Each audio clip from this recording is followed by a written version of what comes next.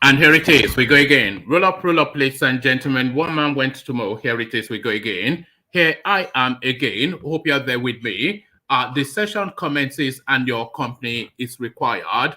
That thing that goes on round about this time, going on exactly at this time. If you are available, then just gather to whatever device that you interact with the session with, or not gather to. You can have it in the background that you set about your day. However you choose to interact.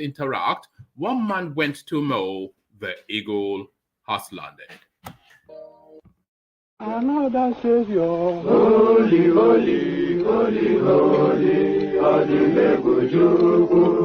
Another Savior, holy, holy, holy, holy, Adimebujuku. Well, this is Mobien. This is dedicated to the gallant heroes of the Nigerian Biafra War and IPO families all over the world. I remember the Nigerian Biafran War, in the thickness of the Biafra genocide. Hey, one man revived the vanishing hope to life. Let the great Biafran army to fight, and they were singing out, holy, holy, holy, holy, all the is another Savior. They were singing out, holy, holy, holy, holy, all the is another Savior. Holy, holy, holy, holy, all the is another Savior.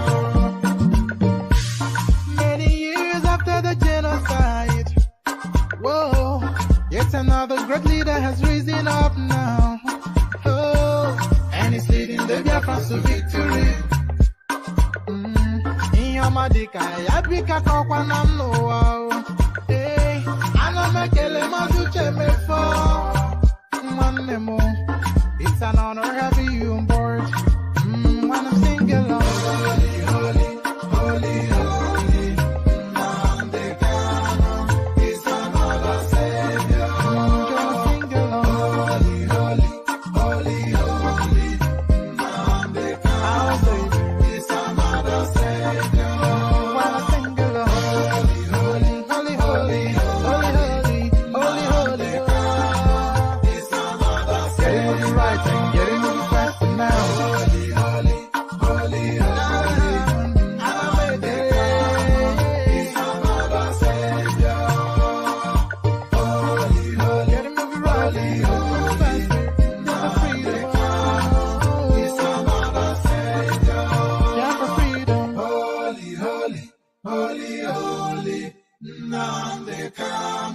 He's another Savior. Another Savior, holy, holy, holy, holy, Adimebujuku. Another Savior, holy, holy, holy, holy, Adimebujuku. Well, this is Mobien.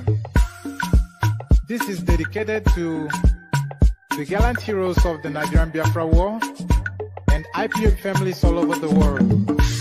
I remember the Nigerian Biafran War, in the thickness of the Biafra genocide. Hey, one man revived the vanishing hope to life.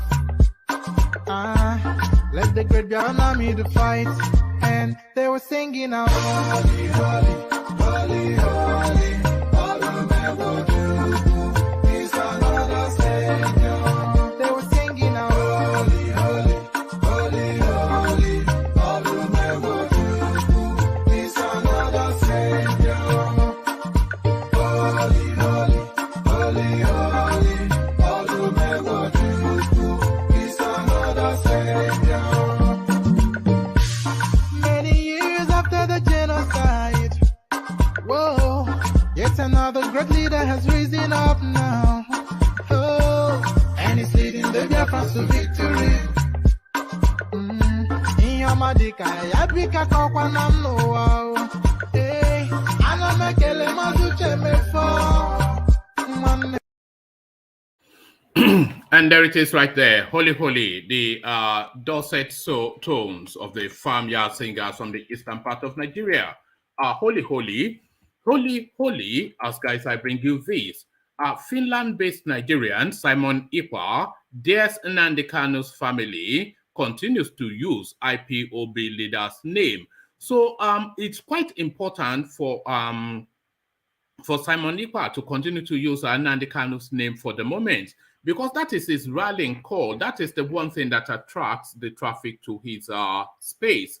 So he has to use that name because his name is not sufficient enough yet to have a gathering. So he has to use that name to build a base, so that then, having then satisfied himself that he has built sufficient enough of a following, then he will just abandon the Nnamdi Kanu name and even seek to rival it. But for the moment, and for at least in the build-up to the elections, especially important that he stays current and he has to continue to straddle that name. So away with you with all your legal threats is what Simon EKPA is saying to the Kanu family. Finland-based Nigerian Simon EKPA, DS Nnamdi Kanu's family, continues to use IPOB leader's name. So quite what is in play there, we find out shortly.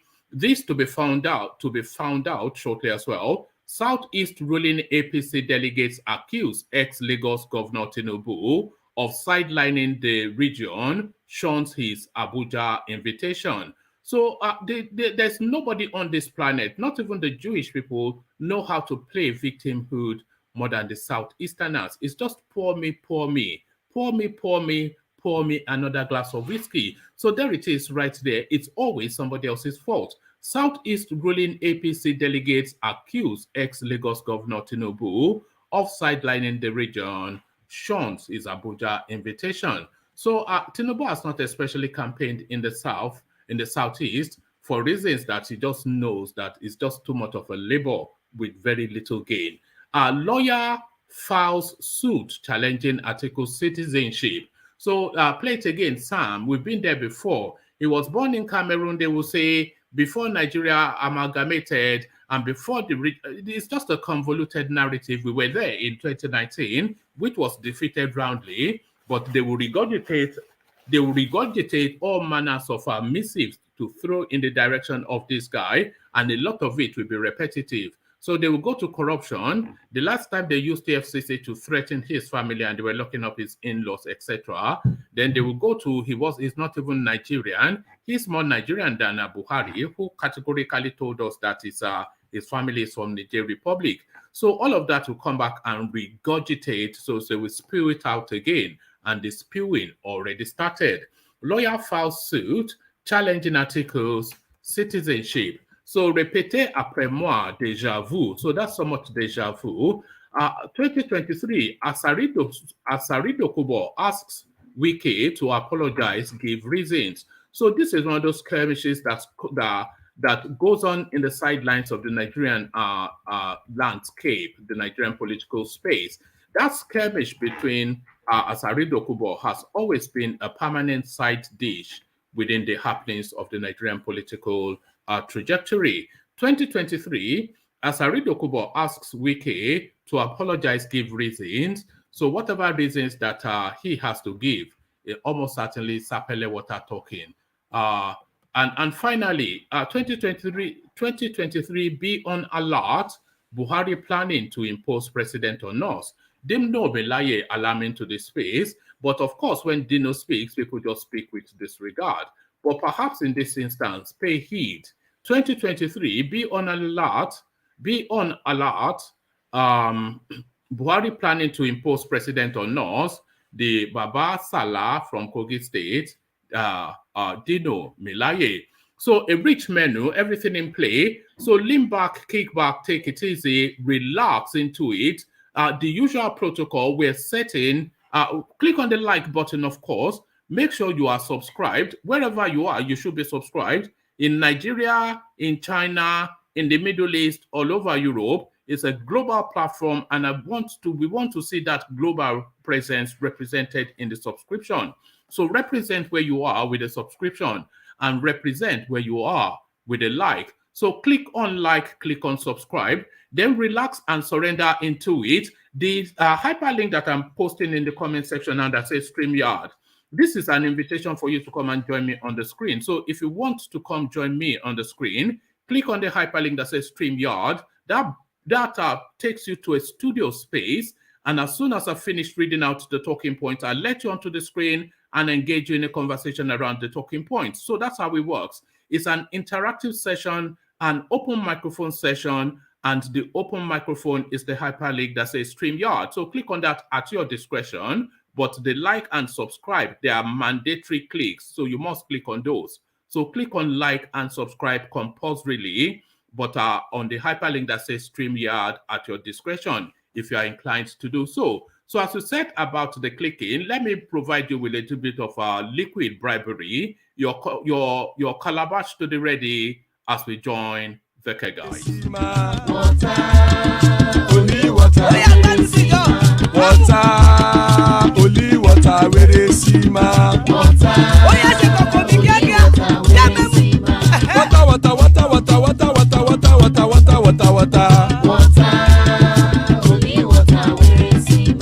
Hapa o naido.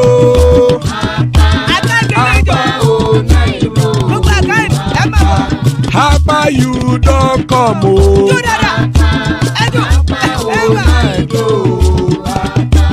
Hapa o naido.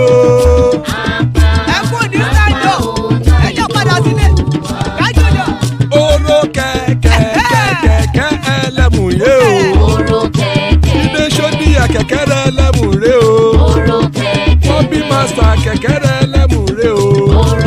Chief Latif kẹ̀kẹ́ ẹlẹ́mù rẹ o. Eruku lẹ̀lẹ̀ ẹlẹ́mù dé. Eruku lẹ̀lẹ̀ ẹgbẹ́ ẹlẹ́mù dòde ojàre o.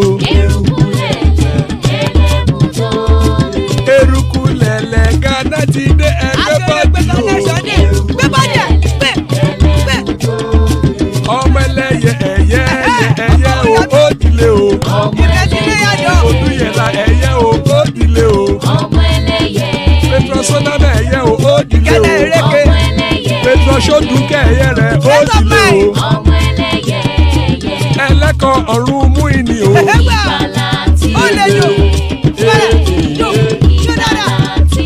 Àkùkọ ọ̀run mẹ́kọ̀.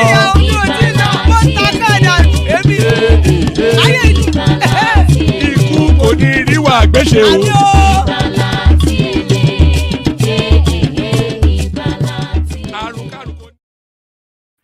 And there it is right there. The Kegites, may death, pardon me, may death have nothing to do with us. Iku koniriwa gweche. Is there a prayer more potent or powerful than that?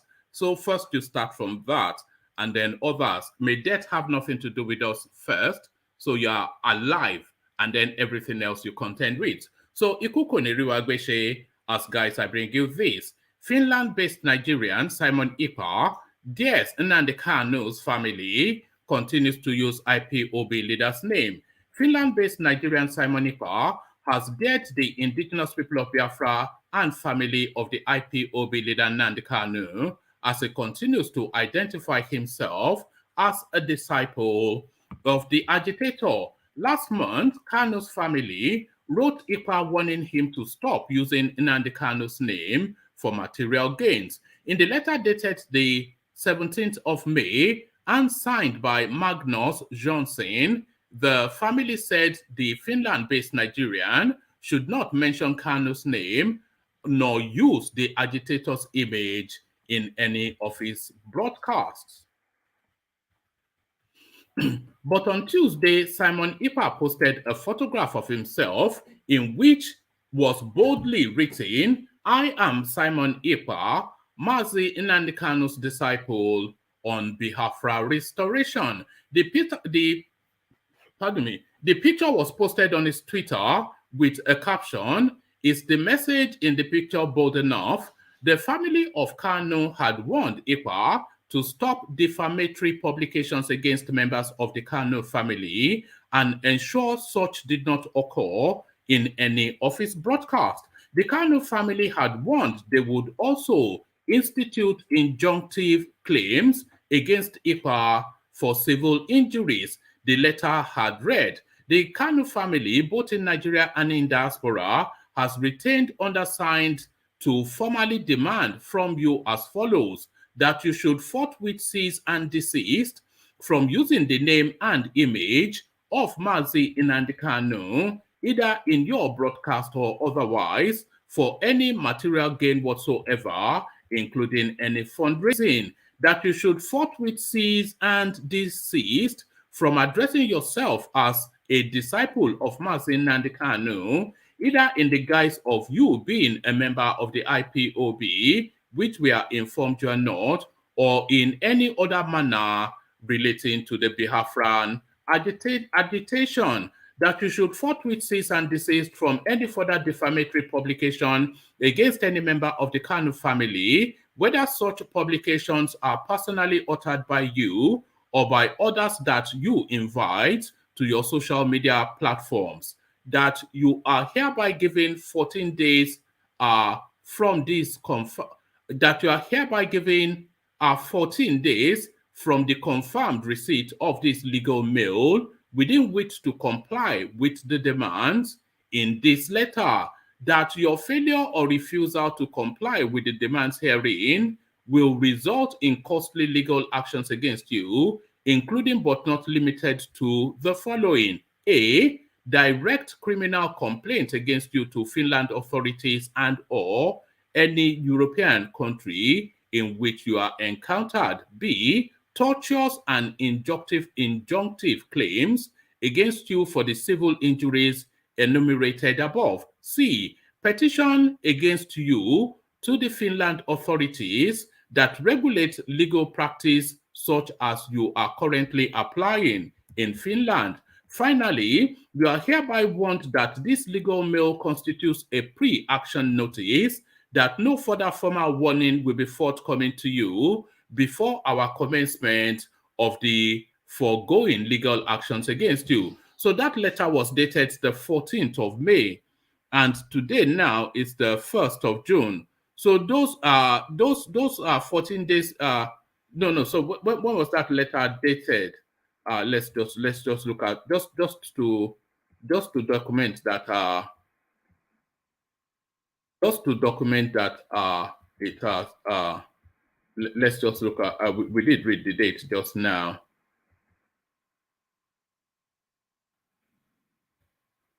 Right. So those 14 days have elapsed is essentially where I wanted to take you to.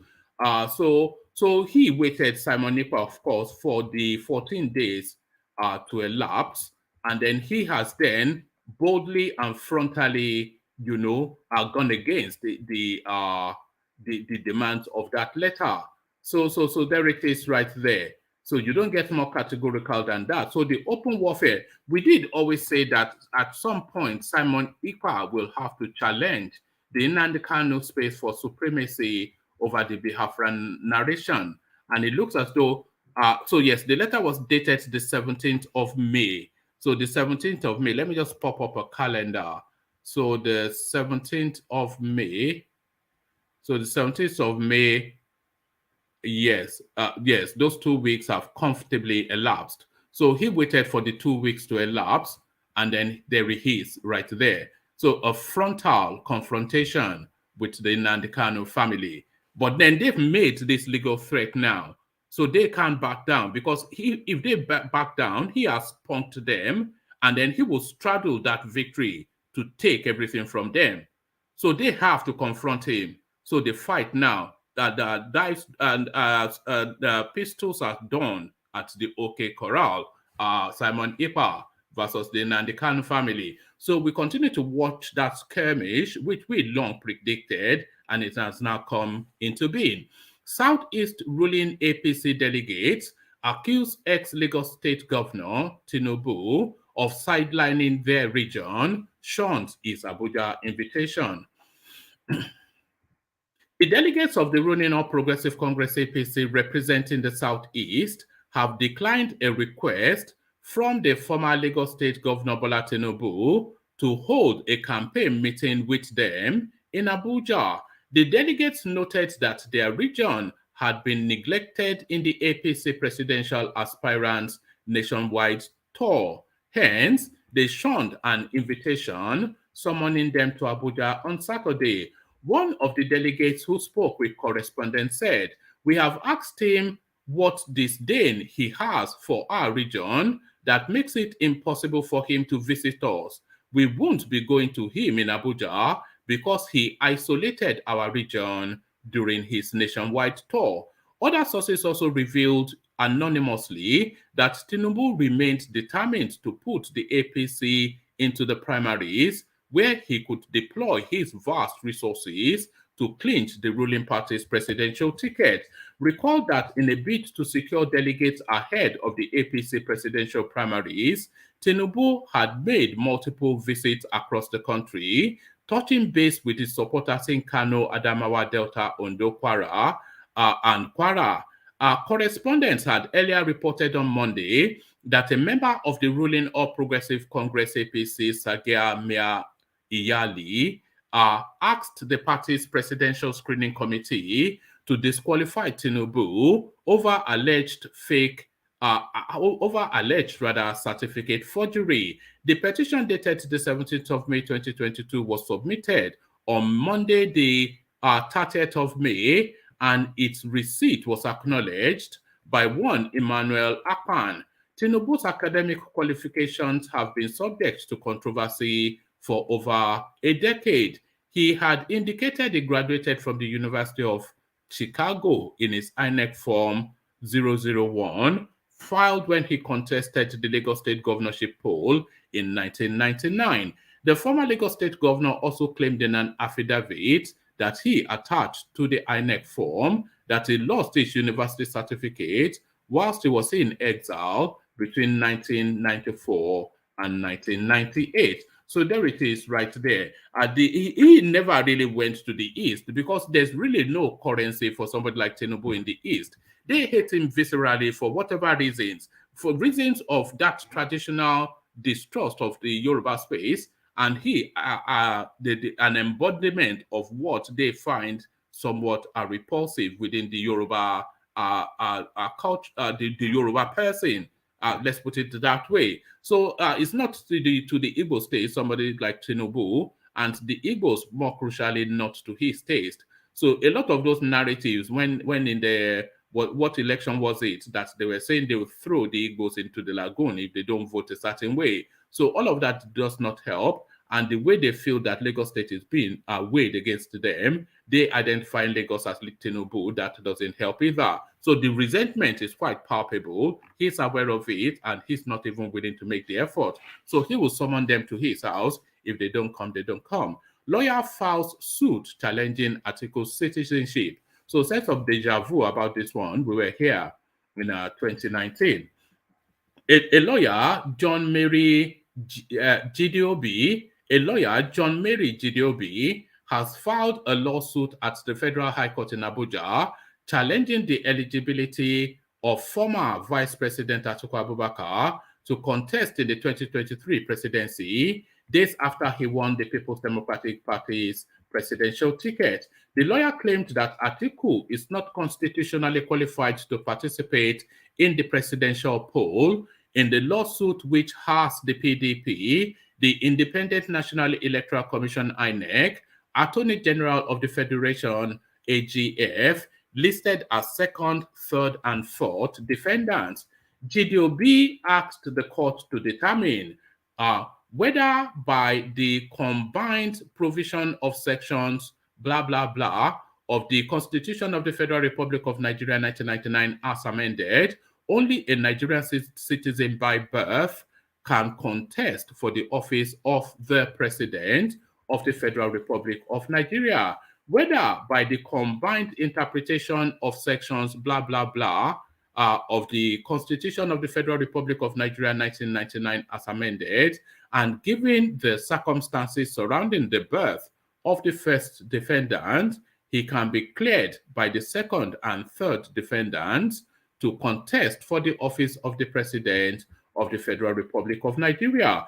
A similar lawsuit was filed by the Incorporated Trustee A similar lawsuit was filed by the Incorporated Trustees of Egalitarian Mission of Africa in 2019, was dismissed by Justice Iyangeko on February 2021, on February 21, 2022, on grounds of lacking merit. So, as I said, somewhat repetitive, that lawsuit, a verdict already given, so I'm not quite sure why this guy is still laboring. Drop the dead donkey.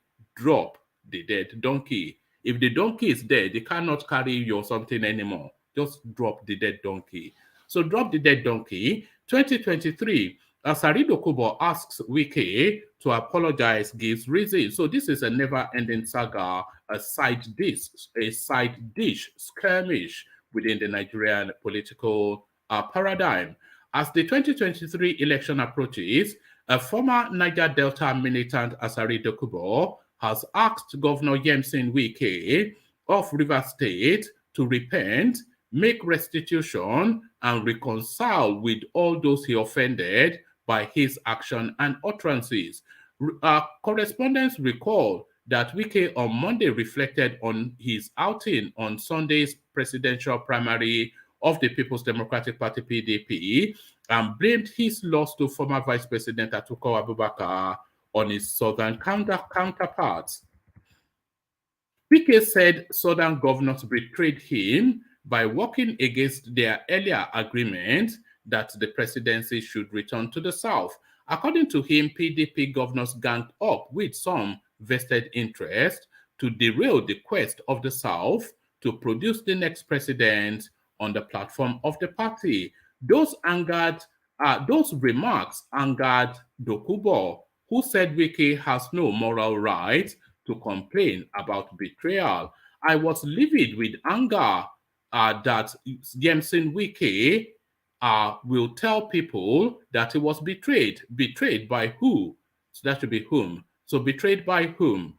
The people you are abusing, the people you treated like rats, they should accept your aspiration so that when you reach Abuja as president, you will kill us.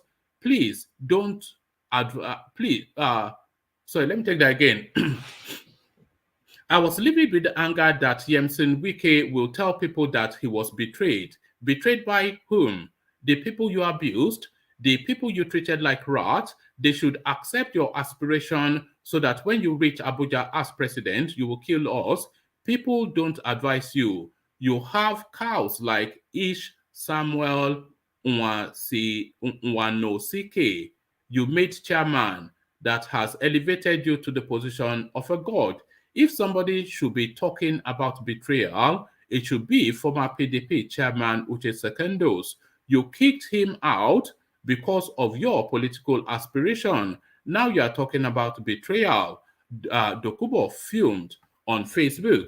So there it is right there. So there is a lot to unpick, but the last bit really, he orchestrated against Uche Secondos, because if Wike had moved to hold Secondos in position, then there was a good chance that what Iyochia Ayu did to scheme him out of that presidential ticket might not have happened.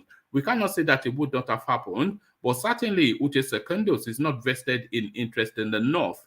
So he schemed out a southerner because he thought the understanding was that guarantees then that the ticket will come to the South. But there it is right there. He's been Fulani'd, well and truly. Oh yes, let's read this last one and then we'll see who's available to take it on. 2023, be on alert. Buhari planning to impose president honors, DINO MELAYE, to Nigerians. Former lawmaker Senator DINO MELAYE has alleged that President Mohamed Buhari is working towards imposing his successor on Nigerians. In a video on his social media handles, let's take that again. Pardon me.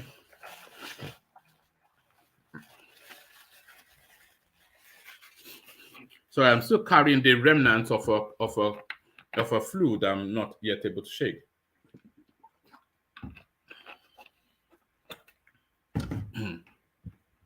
I hope that wasn't too untidy.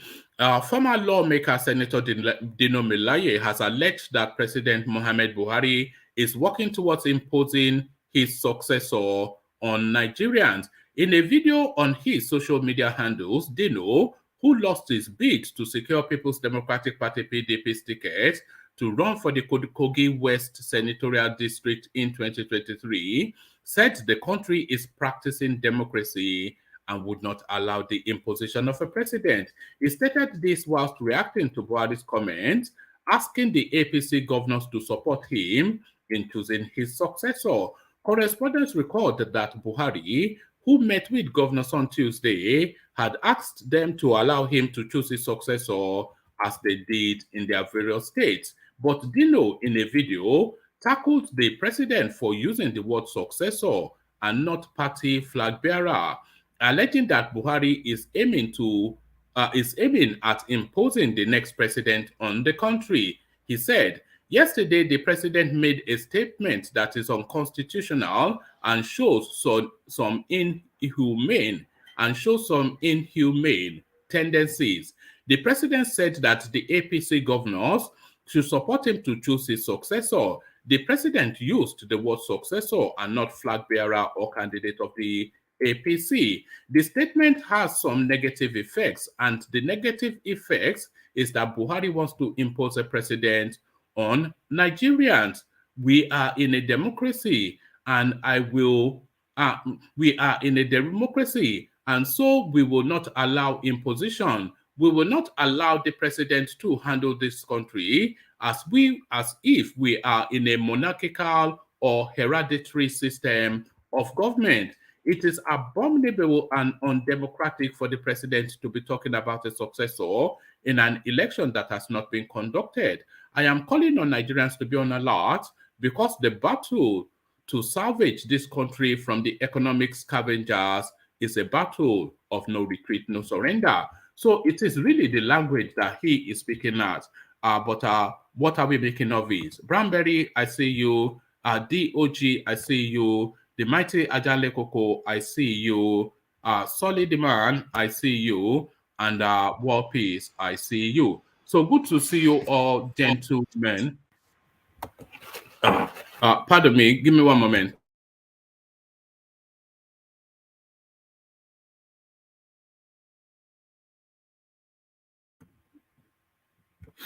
Sorry about that. Good to see you all, gentlemen. Good to have you all. So let's go straight then to DOG and have him kick us off if he's ready. DOG, do we have you? Yes. My God. Hey, where are you? Oh God.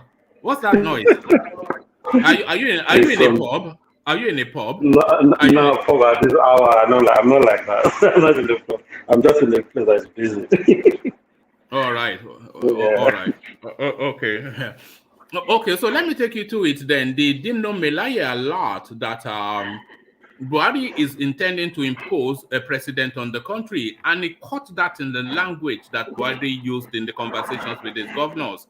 He said he wants to choose his successor, so that is the person to succeed him in the presidency, because he by that had indicated that the presidency is going to be retained by his party, and the person that he chooses is going to sit in Aso Rock. So we're still having an election, but if he already knows the person that is going to succeed him, then what is the whole purpose of the charade? An imposition of a president, a monarchical system, a Fulani hegemony. How do we break this stranglehold? DOG. It's a really bad move from Buhari. Then things like that should stay within the party. And you don't even do that, to be honest. You are not giving the governor free hand to make their own choice, which is what democracy is. So it's more like you are forcing it down their throat that this is who they must put their vote for when it comes to the primaries. And how can we even have a credible person in question, because you just want to put who you like to rule 200 million people, which doesn't make sense, you know. And this tells us how this guy has been ruling the country, and it's sad. And this will have some kind of effect when the main election pops up.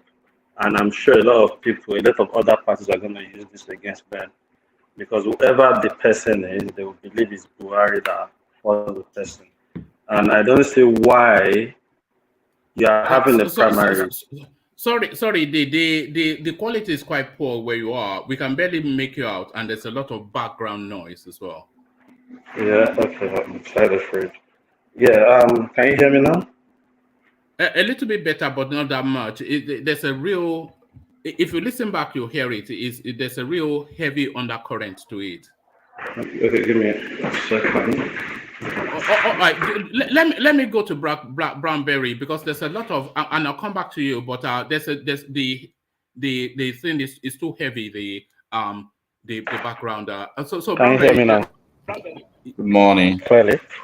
Hold on, Brownberry. Let's hear you. Carry on. Let's see if it's a better.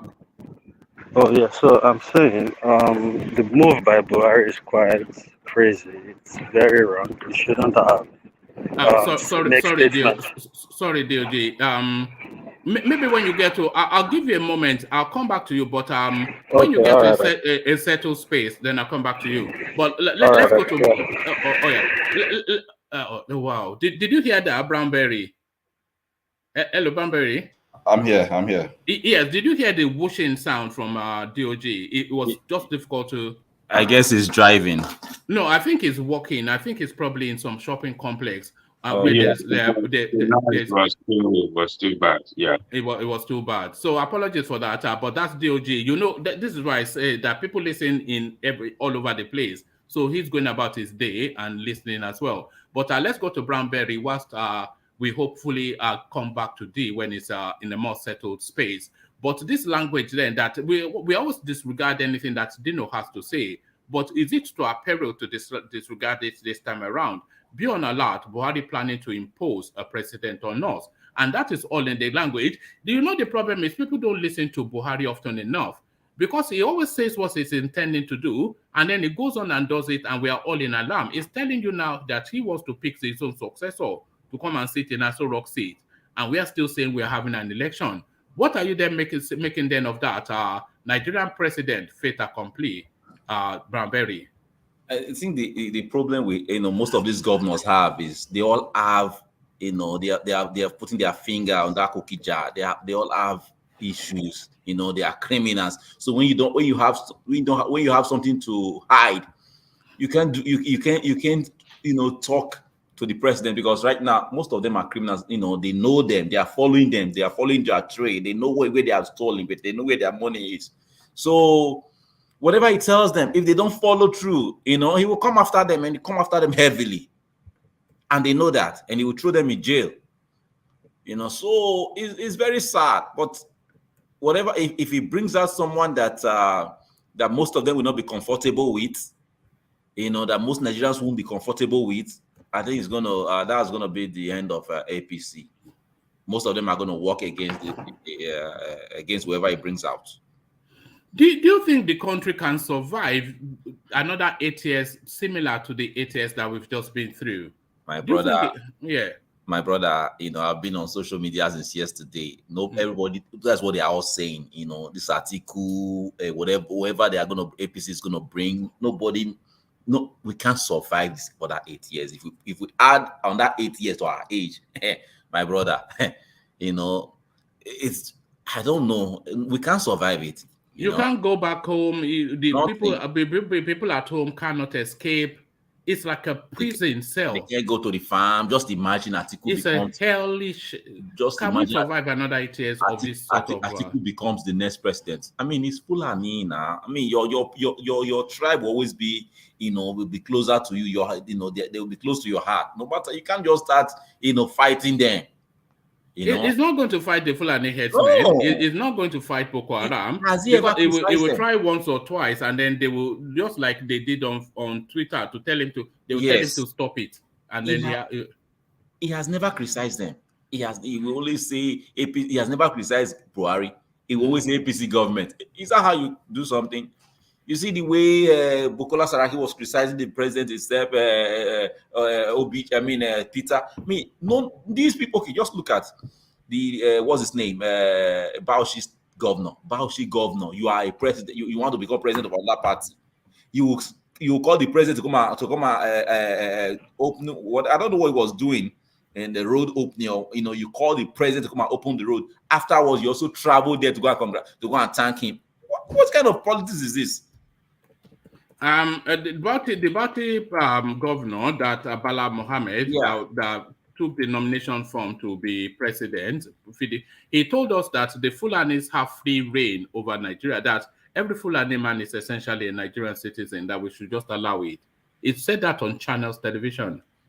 Guess what? Who was championing him? A Southern man was the director of his movement, of the election of his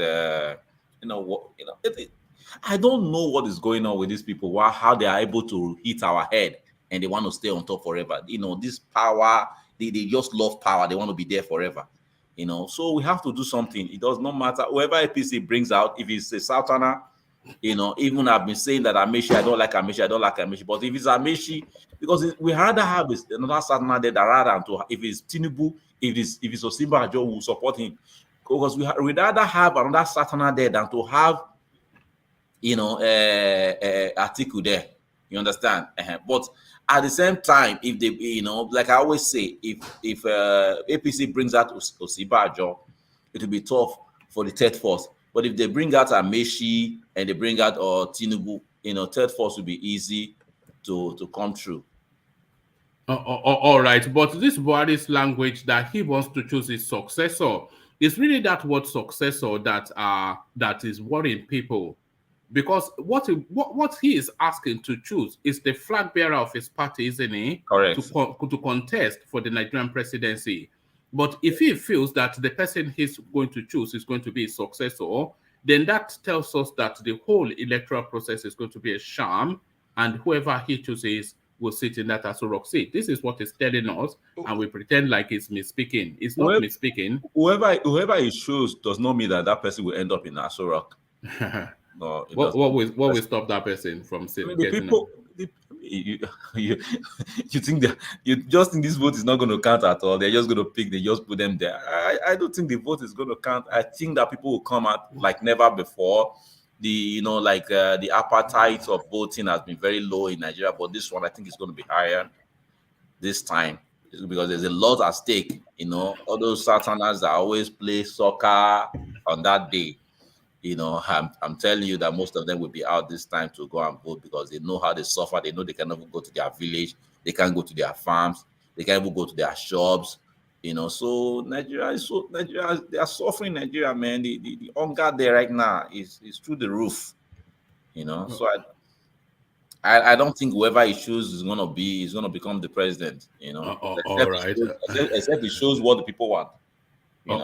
Either shows Osinbajo or choose someone from the east, but not Okorosha or the Uzokalu or those.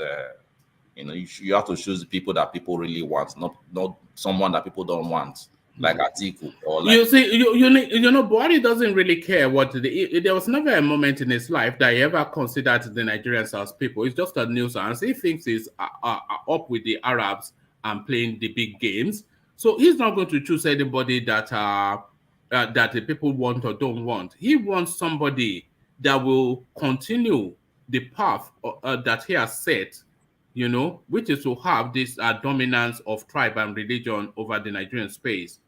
So, and he will pay whatever price for that. His calculation is that they will just continue to vest upon you until you submit. And Nigeria is at the point of submission now because we're at a crossroad. It's either we break loose or we submit.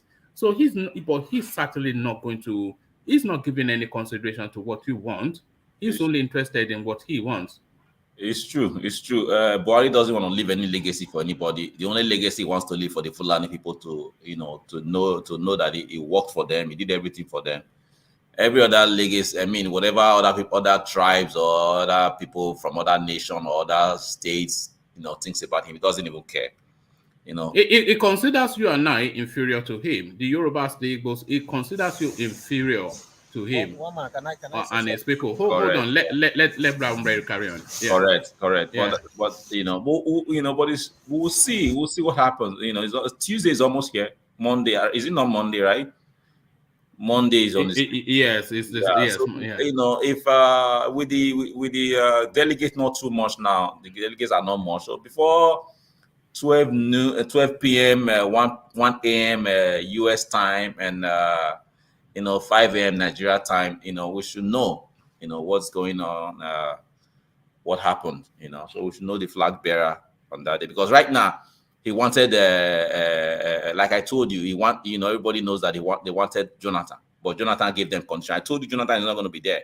So now Jonathan has given them a condition. They can't, they couldn't do anything. Now they are looking for somebody else, because they don't just want, they want to keep the power. They know that, we have to give it to the South, but we can still keep it. They are just, they have to give it to somebody that when they rig the election, they can say that can convince that they beat Atiku. So they can't just give it to some random person and tell us that person beat Atiku, because we already know Atiku's weight and quantity within Nigerian politics. So they can't just pick anybody, anyhow person, and then say they rig election and that's the president. No, I don't think. One man, if they do that, what is going to happen? They believe what is going to happen. Let Brownberry carry on. Brownberry, carry on. I think the northern elites and they've already whether they are APC or PDP, they've already made up their mind that Atiku is going to, whether Atiku is going to be the next president. So whoever Buhari is just going to choose, if he's, they are still, they are even if Buhari back of his mind, because when you see that what happened, that video that came out when the former APC chairman and all these APC, some northern APC governors went to see, the Atiku. I mean, I've never seen anything like that in my life. And this media, this Nigerian media, they won't show us all these things. They won't talk about these things. Why would a party in power goes to the house of the opposition leader, their former rival, and be pally? I mean, something has been going on since they defeated him.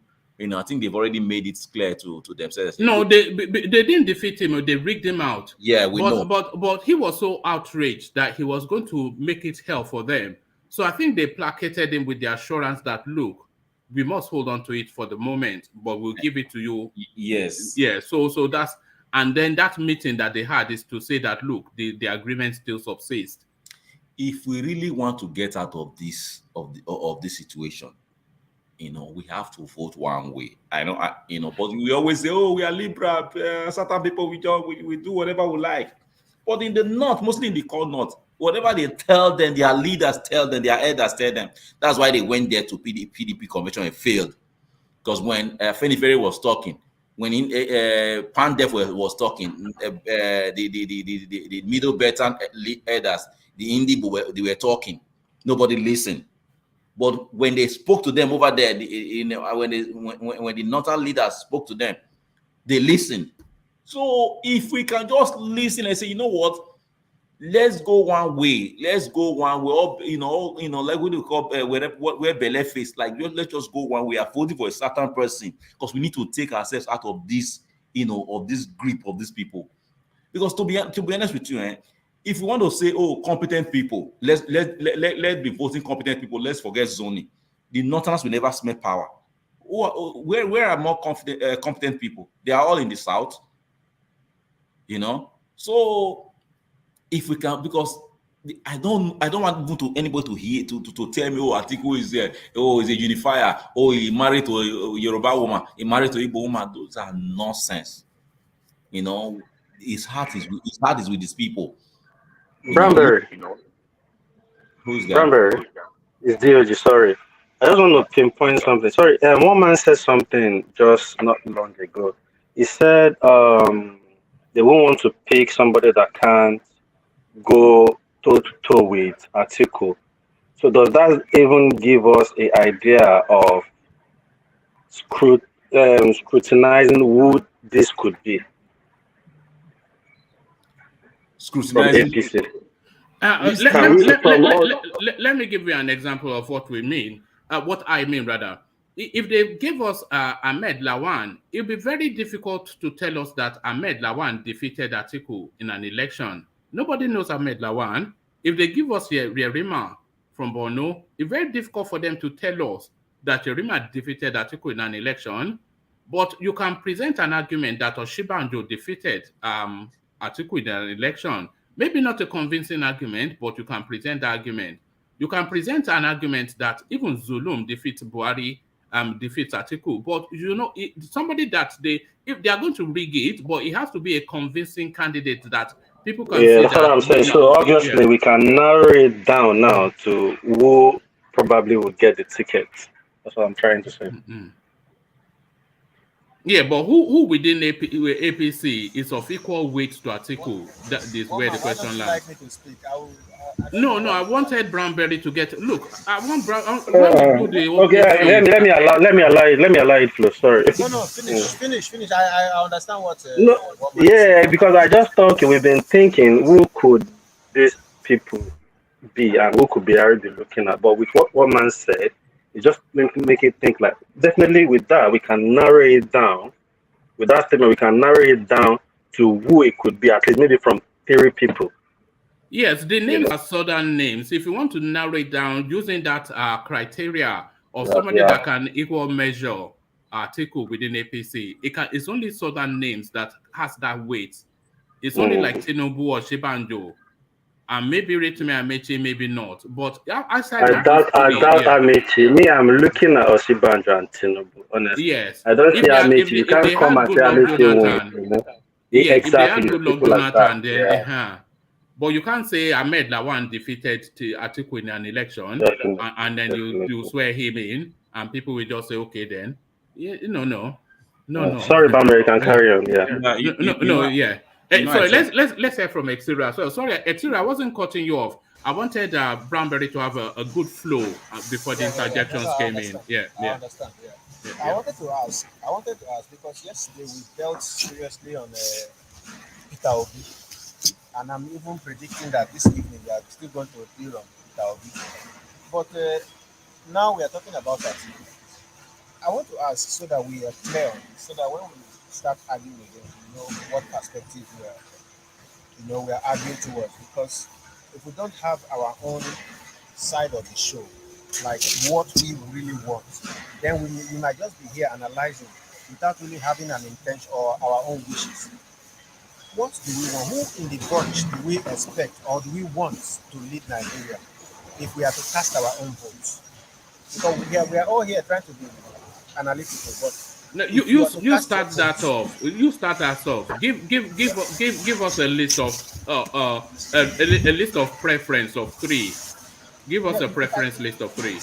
Okay, if I start that off, I don't want you to now tell me, this is not possible. No, we know now. Peter Obi, and 2 others. Yeah. We are talking about who we wish will become because he can change the country. Right, but the people in play though, yes, not yes. So people, yes. I think Peter Obi is, without minding words, I think Peter Obi is the only person I see that can change the country. So that's my view. No, you can't be the only one out of 200 million people. Give us a list of 3. No, but you know the list of people that there are only one will become president. So I'm telling you my own wish. If I have to cast a vote, I will vote for one. So your list of 3 is Peter Obi, and Peter Obi. Yeah, because I don't see any other person who is coming. Especially, I don't want to mention anybody from the APC, and I don't want to mention anybody from the North. Well, why not? Because I think if there's going to be a candidate from the North, the APC has the power of rigging. So if they don't rig it, they will have a deal with the person from the North. No, but we're not talking about that. What you said was the person that will move Nigeria forward. Yes, and I think that's Peter Obi. Only Peter Obi can move Nigeria forward. No one else. You abandon Sowore now, right? No. Sowore I've not heard anything from, but I believe that Sowore has a good heart. And yes, I can mention Sowore in that list. Yes, Peter Obi, Sowore. But Oshibanjo is not there. No, he's in APC. All right, thank you, Xero. So Xero, I'm going to mute you only because of the machine in the background. Yes. Yeah. So back to you, Branberry. So Branberry, you were saying that the South should speak with a united voice to stand a Yes. chance against these people. So Yes. calibrate that thought with this headline. Southeast ruling APC delegates accuse ex-Lagos State Governor Tinubu of sidelining the region, shuns his Abuja invitation. So Tinubu invited the Southeasterners to Abuja to discuss then how they're going to permutate to rescue power from the north. They ignore him, insisting that he did not, in his nationwide tour, set a foot in the southeast. So what are you making of that? Tinubu ignored the southeast because we mentioned this severally on the space. From Borno all the way through to Ondo, he traveled the expanse, cutting out the southeast in his consultations. So now he wants to bring them on board, so they shun him back. So how then does that synergy that you are saying is the panacea? How is it going to happen? Number one, why would Tinubu do that? Why will he go through all the states and won't go to the southeast? I mean, you don't just think, oh, this people, you have to go. I mean, there was I remember what's his name? This guy that contested against Obama that just died. What's his name again? McCain, right? Yes, John McCain. Yeah, John McCain at the this black event. You know, I don't know what is it, CPAC? I don't know what they call them. You know, they told him not to go during that time. They said, "Don't go and speak there. They will shout. They will disgrace you." He went. He still went there. He went there and spoke. People applauded him. You know, he would have gone there to those 5 states and campaign. It doesn't matter. You know, but for me, I think the Southeast delegates, they're going to give their vote to Sibajo. I don't think they're even going to give it to any of their people because they don't. Southeasterners in APC don't really have weight. Bonayanu is brilliant, but he's not known. This guy, another brilliant governor, Dave Umahi. I don't know if they're going to give it to Dave Umahi. I think they should. They should come together and just say, who are we going to give this our vote to? But they shouldn't blame Bola Tinubu for sidelining them. Why did they blame what's his name, governor of Rivers State in PDP's case? Why did they blame other certain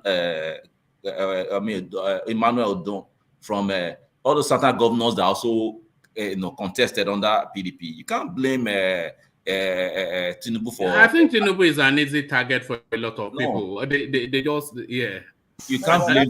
That is APC now. This APC delegates are. That's what I'm saying. That's what I'm saying. Even if it's APC, you can't blame them. You can't, because like Tinubu he feels entitled. He said, "Oh, I did this thing. I brought these people together. I knew that Korosha was there. It was Okalu, but they didn't bring any vote to the table because the Easterners didn't vote for APC. You understand? So for me, for me, they shouldn't be pointing accusing figures at Tinubu, and I'm blaming Tinubu for not going around there to also campaign. You don't. So is the backbiting politics of the South is already in play again as the North continue to watch as a united front. Now it is time. One of the reasons why they don't listen to our these leaders from Afenifere, Pandef, because these people were part of politics before. Because if we want to start choosing all these leaders in all these social cultural group, we should make sure that there have never been any political party. Because this, that's one of the problems we are having, because they don't listen to them, because most of these people were in political parties before. But even at that, the ones in the north, they were Abdul Agulai and all of them. They were all in political parties before, but they still listen to them. Those people don't care, as far as they are, for their own interest. This is the time for our certain leaders to come together and say, look, this is what we will do. Let them talk to these people and say, go this way we will go. Because if not, we'll be here. We'll be here again next 8 years. telling us how, saying here, debating here. Do you think the Southeast would rather have a northern president than a southwestern president? They are politicians, not the people. They are politicians who said, they would rather have a northern president than the Yoruba president. The reason being that it will come back to them. That's just the selfish interest. I can understand, but it's selfish. That we come, is that what we are fighting really now? We are fighting to liberate ourselves from these people. You give it to them, now they're going to consolidate on it up 8 years, because when you give it back to a Fulani man, it's going to empower his people more. That will be empowerment of 16 years.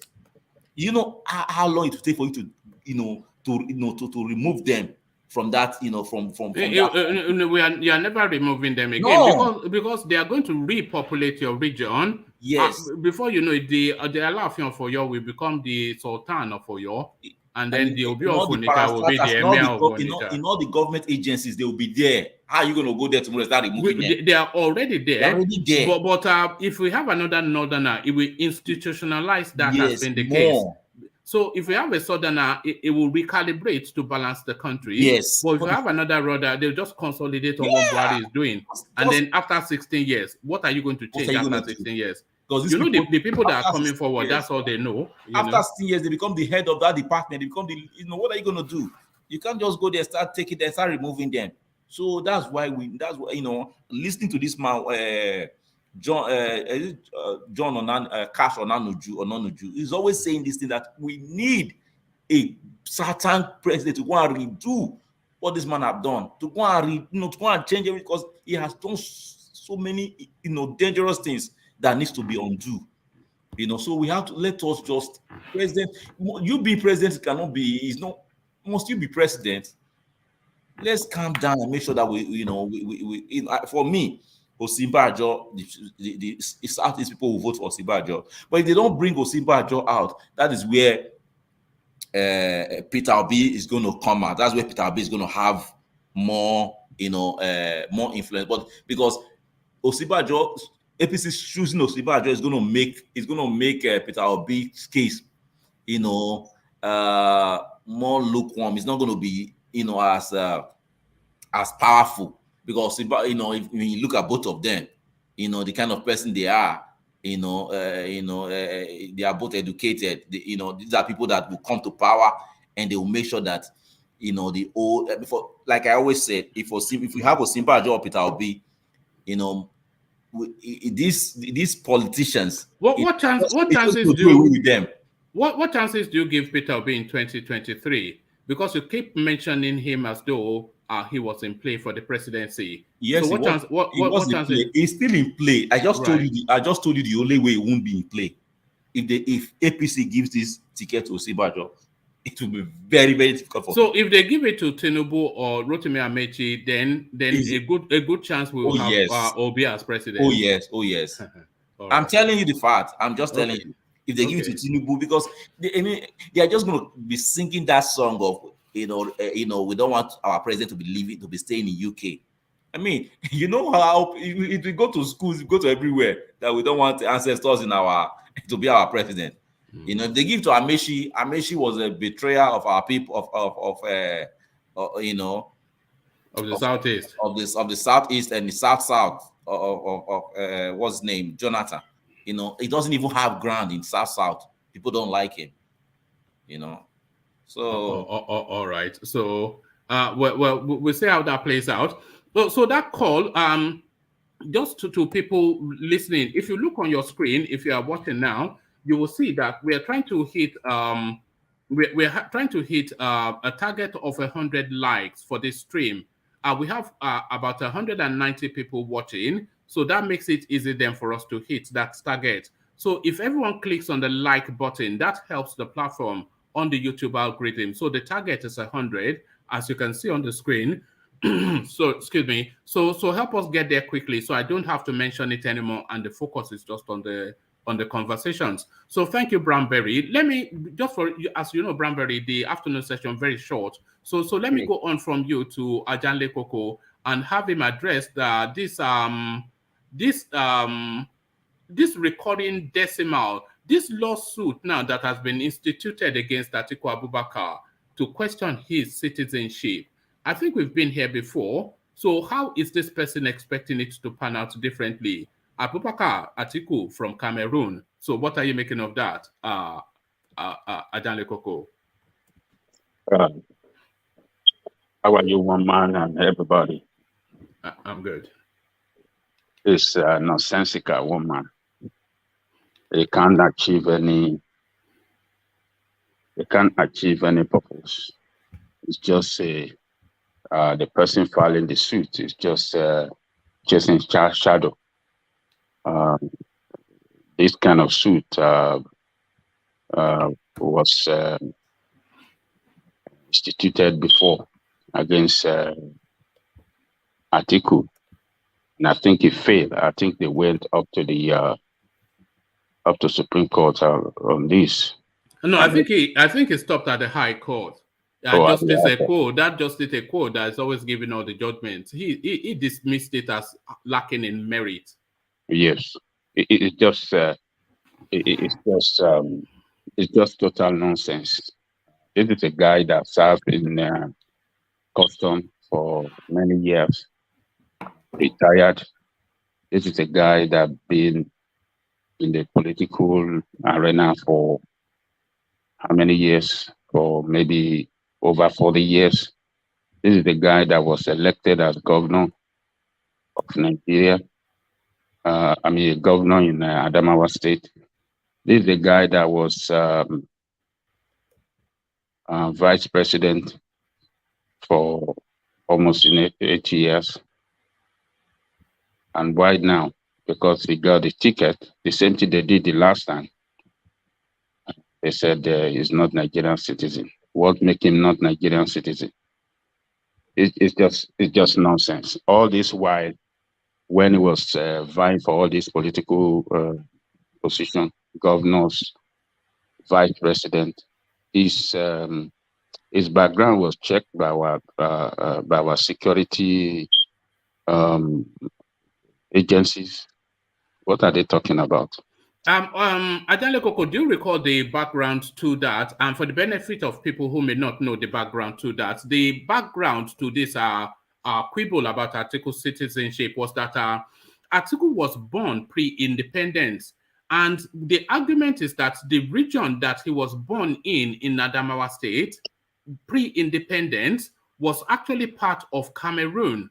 It was during amalgamation and during the redrawing of the Nigerian map to carve Nigeria up that region that Atiku was born in was ceded from Cameroon to Nigeria. So when he was actually born, although within what constitutes Nigerian shores now, that region was essentially Cameroon at the time of his birth. So at that time, he was not born a Nigerian. And you have to be Nigerian by birth to be Nigerian president. So that's what they are predicating this rather convoluted lawsuit on, Ajanle Koko. So it's Adamawa State that has been carved out from Cameroon up to today. Is this still part of Cameroon? I think it's fully Nigeria. They are just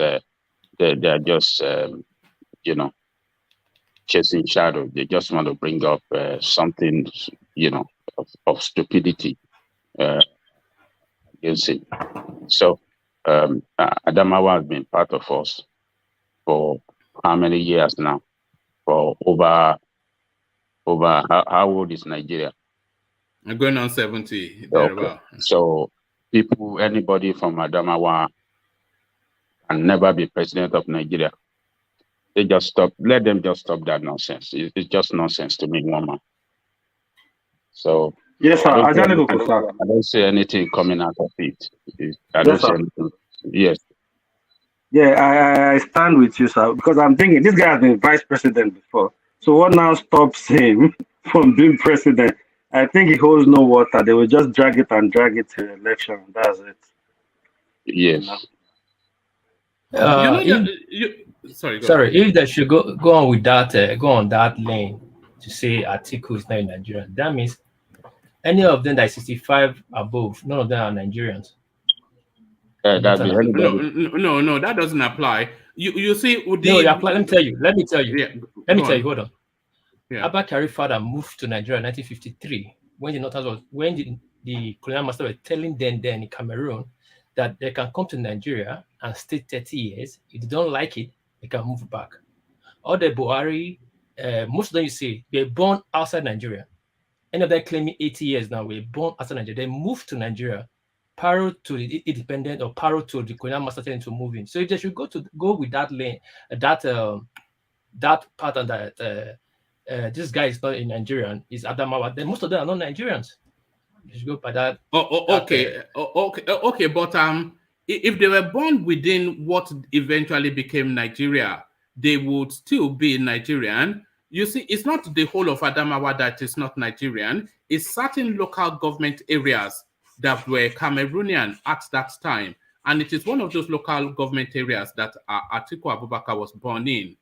So it wasn't the entirety of the state. It's just the geographical curves that make Nigeria. So if you fall within the border, you are Nigerian. If you fall outside of the border, you are not Nigerian. So if the country is then withdrawn to sweep up your area to then make you Nigerian, if we were born outside of the country, then what this guy is arguing is that you are not essentially of Nigerian birth. Yeah, but whether some part of Cameroon, whether he was born in some part of Cameroon or not, this guy has been part of us for how many years? That part of Cameroon has been part of Nigeria for how many years? So should we want to tell them that they are second-class citizens when it comes to the position of presidency? Are they still allegiance? Who do they hold their allegiance to? Is it to Cameroon today or Nigeria?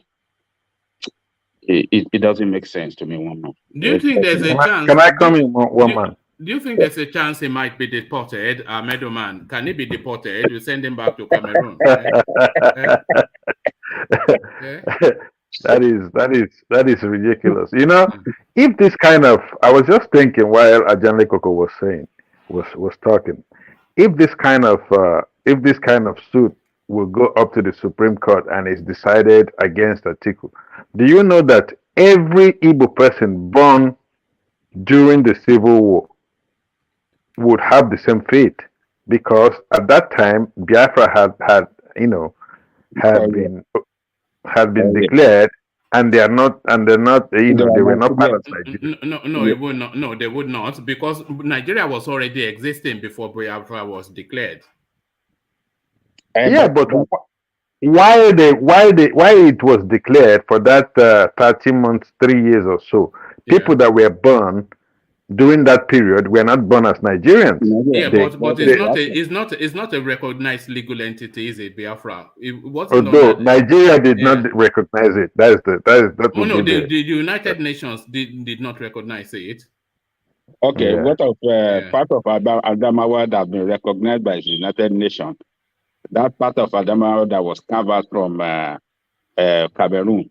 So has it not been recognized by the United Nations since it's been part of Nigeria? Yeah. No. This case to me is stupid. It's I don't know who is moving this case.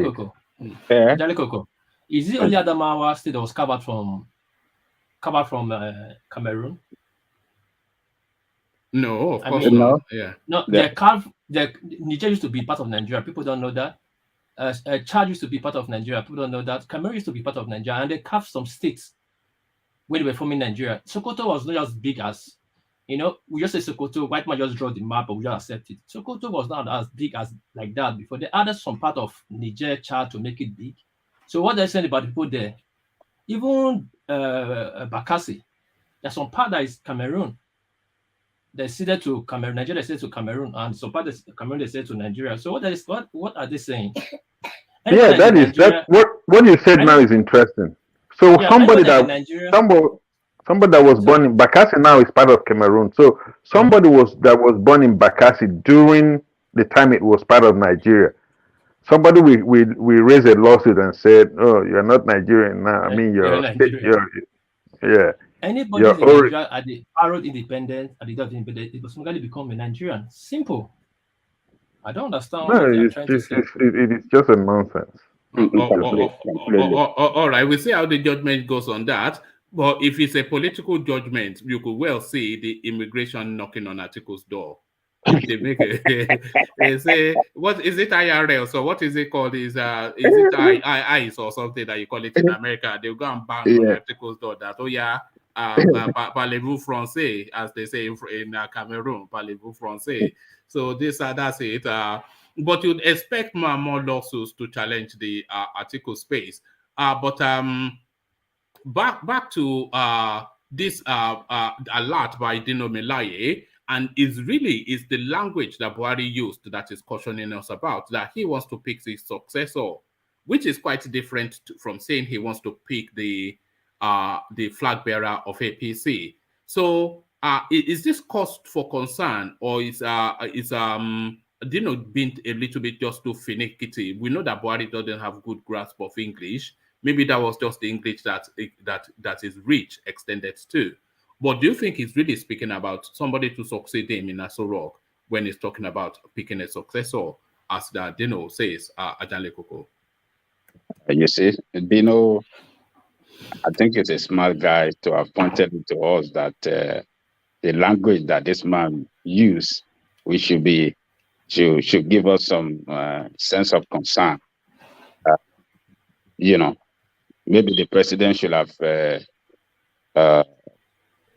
used the right language instead of successor. Instead of maybe he should have said, our party flag bearer instead of successor. But anyway, whether you call it successor or flag bearer, the approach that is trying to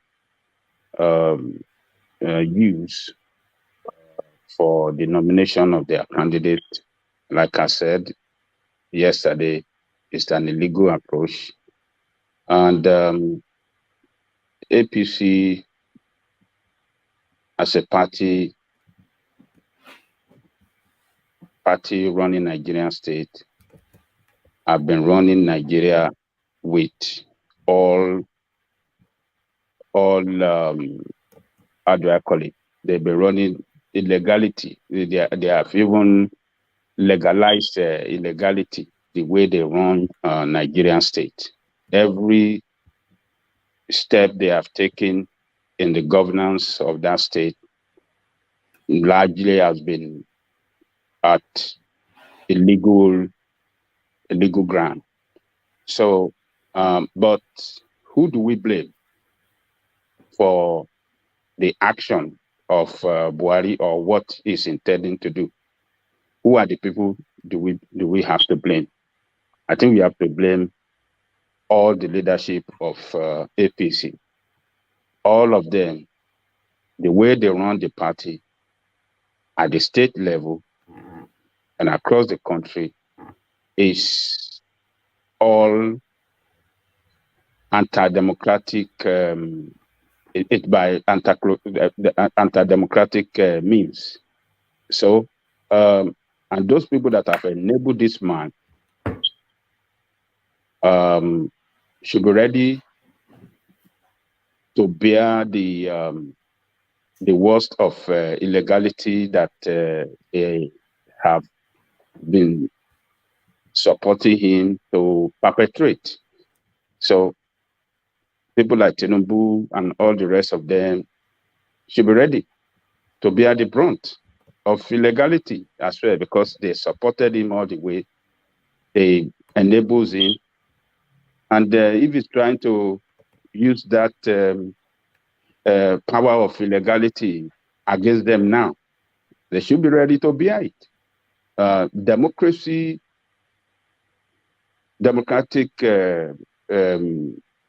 governance is a government is run by the people and not by a group of cabal and not by a single person.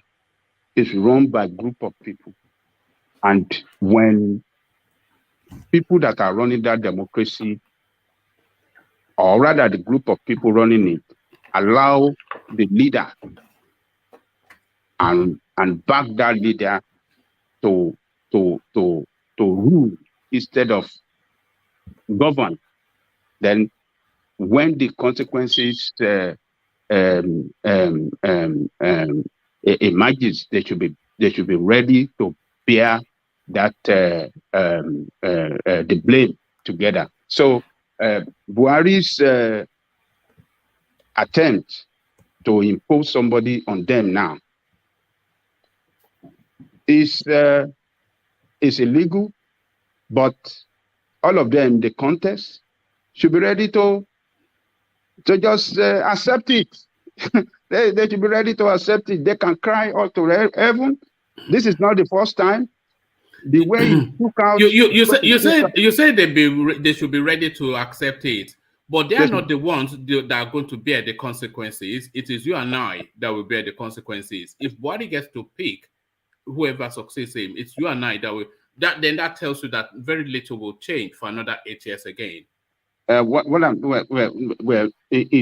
left for with the people to now choose if you want to go along with them or choose another way. You understand what I'm saying? If we, the people, can recognize the fact that APC is not a party that adheres strictly to democratic rules, to democratic tenant. So then we, the people, should be able to choose another way. If we are foolish people and we want to go with them, then we all sink together. All right? So we, the people, should be able to know who among the parties we have in Nigeria that conform with democratic rules. You know, we should be able to know which one among them and which one among them have the best of the best candidate that can do the job well for us. You know, but if we want to continue with a tribal, with monetized politics, and all this foolishness that we see, the way they're running politics in Nigeria, if we want to follow that, yes, we be ready to bear the brunt of it. So what I'm saying is that, yes, this man want to impose somebody on them. They allow this man, they strengthen him to this point. This is not the first time. When he took out, what is the name of that man from Edo State? Oshomole. Yeah. When he took him out, the way he sacked him was illegal. The party constitution itself does not give him the power to sack elected officers of the party. But he did it. They didn't kick against it. Everybody kept quiet. He set up ad hoc committee with a responsibility to, bring up a new set of leadership within 6 months. 6 months extended to like 2 years, almost 2 years. And then they came up with a kangaroo convention that they came out with imposition of imposition of officers on them. Convention that's supposed to be run that was supposed to usher in elected officers. Elected, but they ended up impose officers on them under the pretext of consensus. The word consensus that they're using is a fraudulent word. It would have been better to use impose. We are imposing this on you. So They imposed the new chairman. They imposed all the officers on the people. We saw the convention, the way people run it. People cry like a baby. Other people, I never seen other people like that crying openly in the public. People yell and cry. We played the clip here. Do you remember? We played the clip. So it's not that that's not a metaphor. They were actually crying. We played the clip here of it. I stepped down and it was crying. It was two instances and one woman as well. Crying that I stepped down voluntarily and you are crying. My goodness me. So you know, this way, my God. So they allow him, he succeeded in doing that. So that empowers him more, that gave him more confidence that, okay, on this presidential level, we can still do it. So this man, if he finally succeeded in coming up with his imposition, or what do I call it? A position, an imposed candidate on the party, I won't be surprised. And all of them together, Tinubu, all of them, everybody, well, this is how do I say it? This is what they planted. When you planted something, when it germinates, you reap. I mean, you reap the seed of what you sow. So is Tinubu eating breakfast now? So all of them have to reap. They have to reap what they sowed. This is what they sowed in the party. This is what they have sowed, and now they've got to reap the seed of what they sowed, rather. So I'm not going to bother my head. Yes, there will be problem within the party. Tinubu might get out from there. The people in Yoruba land might say they might not want to vote for the party. But my position is that they allow this man, they strengthen him, and they give him all the power of imposition, and they are enabler, and they just have to they just be ready for the worst of it this time. So, and the others like Tinubu and all the governors, is it not the same thing they're doing in each of their states? That is the system they run in each of their states. Tinubu will just choose somebody in Lagos State and impose it on people. So other governors in their various states, that's what they do. So that is why you see in KANU, Shekara left the party to NMPP. That's the same thing Ganduje was doing there. That is all over. So this is the way they operate in the party. So what do you call this guy? The PDP guy that is talking, DINO MELAYE, is just concerned about the word that the president used, that my successor. Yeah. So, but successor or a flag bearer for the party, whichever one, I mean, the word does not matter. But what matters is the approach they are going to use to nominate their candidate. It's not going to be democratic. It's going to be autocratic. It's going to be by the will of the president, not the will of the people. And this is what APC represents: a party that runs a political administration in such an illegal manner can never run a state well.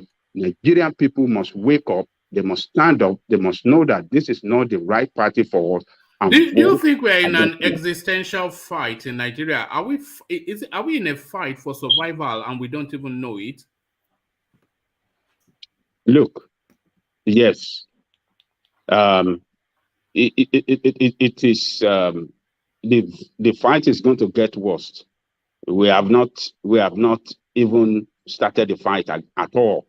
So if we the people can stand up The only way we can stand up to fight for the survival of the country is by voting against these two parties. Vote against these two parties, then you will rescue the nation from going under. The nation is going under fast. It's going under every day. And it's going to be sink totally if APC retain government. It's going to be sink. It will sink totally. There's no doubt about it. That I know for sure. So, but we can resuscitate. We can bring the nation back. To limelight if we take up the courage. We just have to be courageous. What have we benefited from them? Nothing since they started from 1999. Everything at all that people achieve in that country is by their own personal effort. No government assistance to that effect. Nothing whatsoever. How can you live in a country where government does not come to your assistance? During the COVID period, people went through hell, no assistance. We in the various countries we live in abroad, various assistance for us to get us back on track so that we can continue to live as human beings. But look at people in that country. They suffered so hard. There was lockdown. People could not eat. People could not do anything. They can't make no money. People suffer. And this is what kind of country is that? So it's left for with the people. If we believe in these two parties to govern us, well, we all go through the pains. It's just unfortunate that we find ourselves. So I'm not going to be pity for anybody in that party, APC, for whatever action that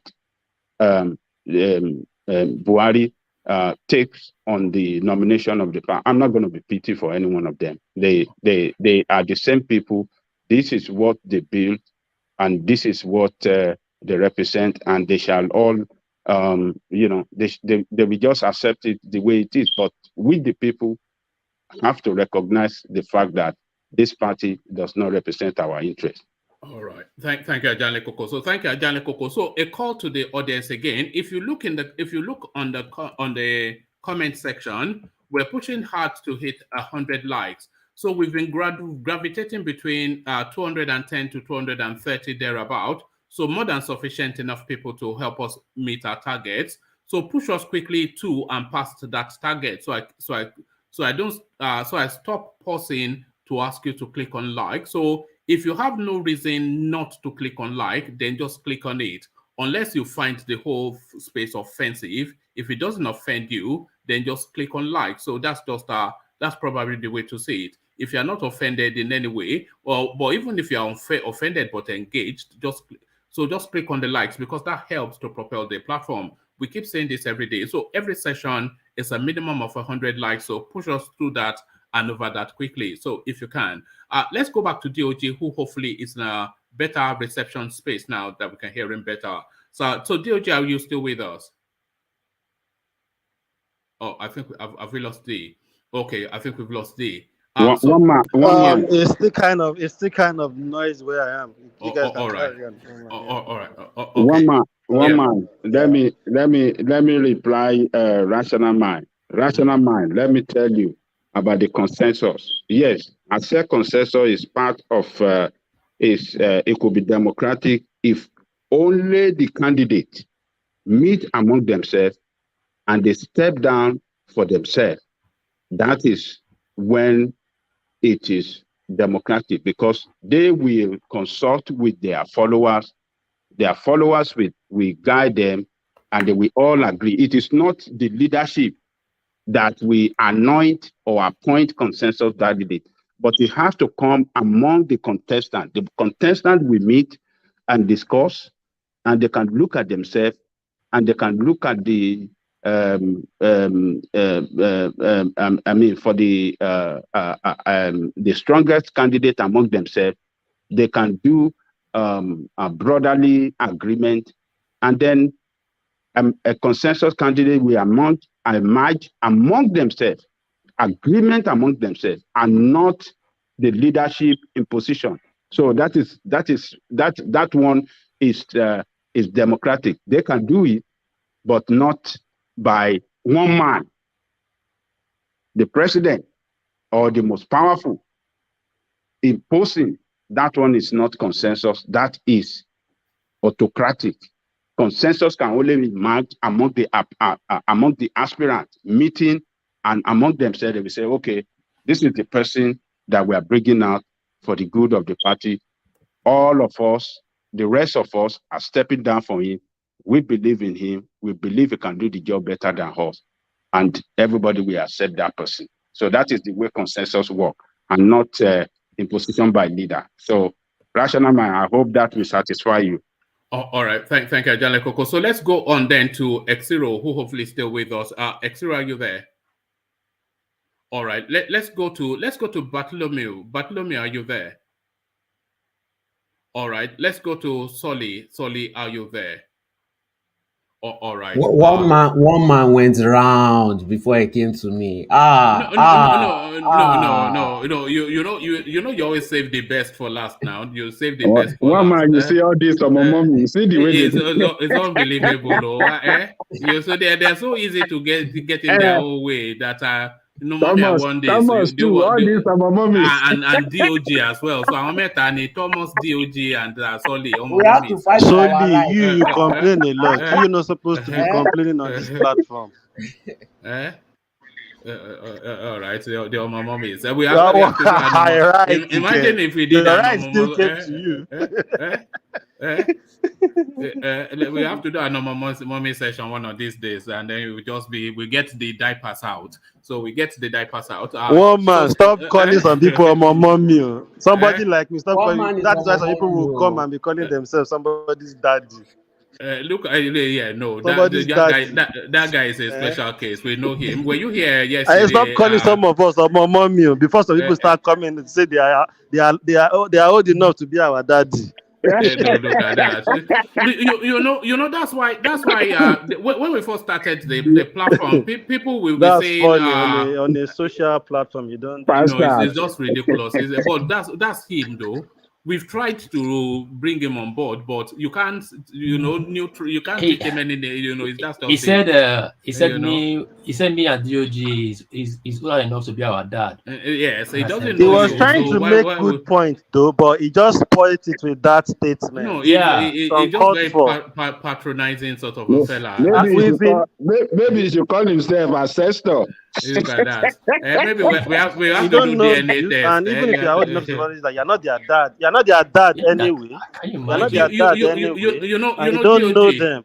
Ajale Koko is probably old enough to be most of us dad here, and he has never made a statement like that. Even if we annoy him sometimes, you get.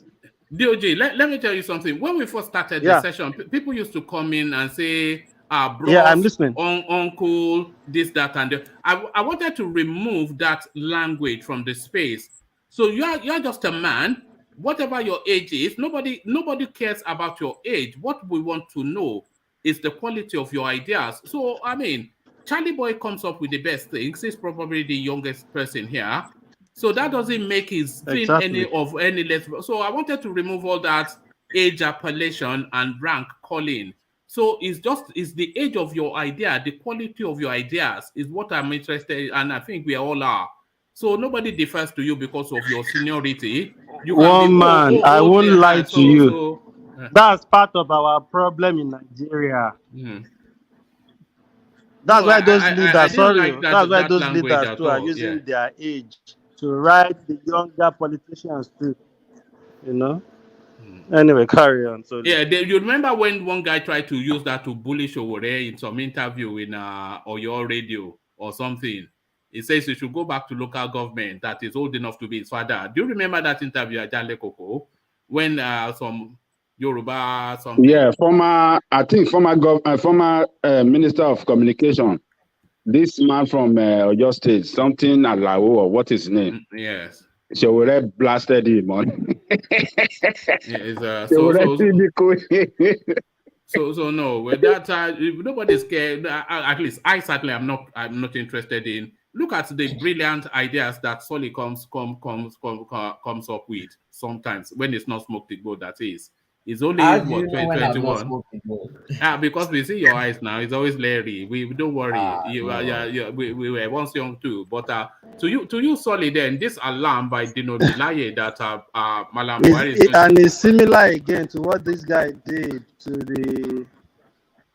to the young presenter too. What's that guy's name? Ruben Abati. Is he Arise TV? Ruben Abati. Yeah, Abati. Similar things like that. Even if you correct that girl, think Ruben. All those things to me is just uncalled for. Yeah, what's the point? I have to say I agree with Ruben because there has to be hierarchy now. There has to be. It's just the longevity. What's that longe something? If we are in the industry, it is what it's asking him to respect. He was a journalist before that girl was born, and then the girl is all up on the oh man, what has that girl done wrong? He has just called him his name. Ruben. I think he was offended because he didn't add his title. He didn't have that Dr. Ruben. They all call him Dr. Abati now. Ruben.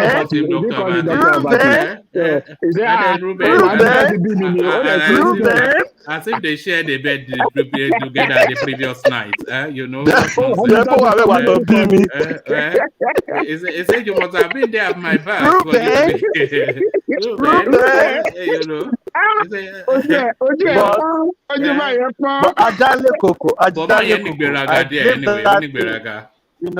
I think so. I think sometimes it's the network. When these presenters try to communicate from the other side. So I think probably she's not sure they can hear her. I think that's why she keep repeating the Ruben. Because I don't think she has done it intentionally. No, it didn't do it intentionally. Yes. Yeah.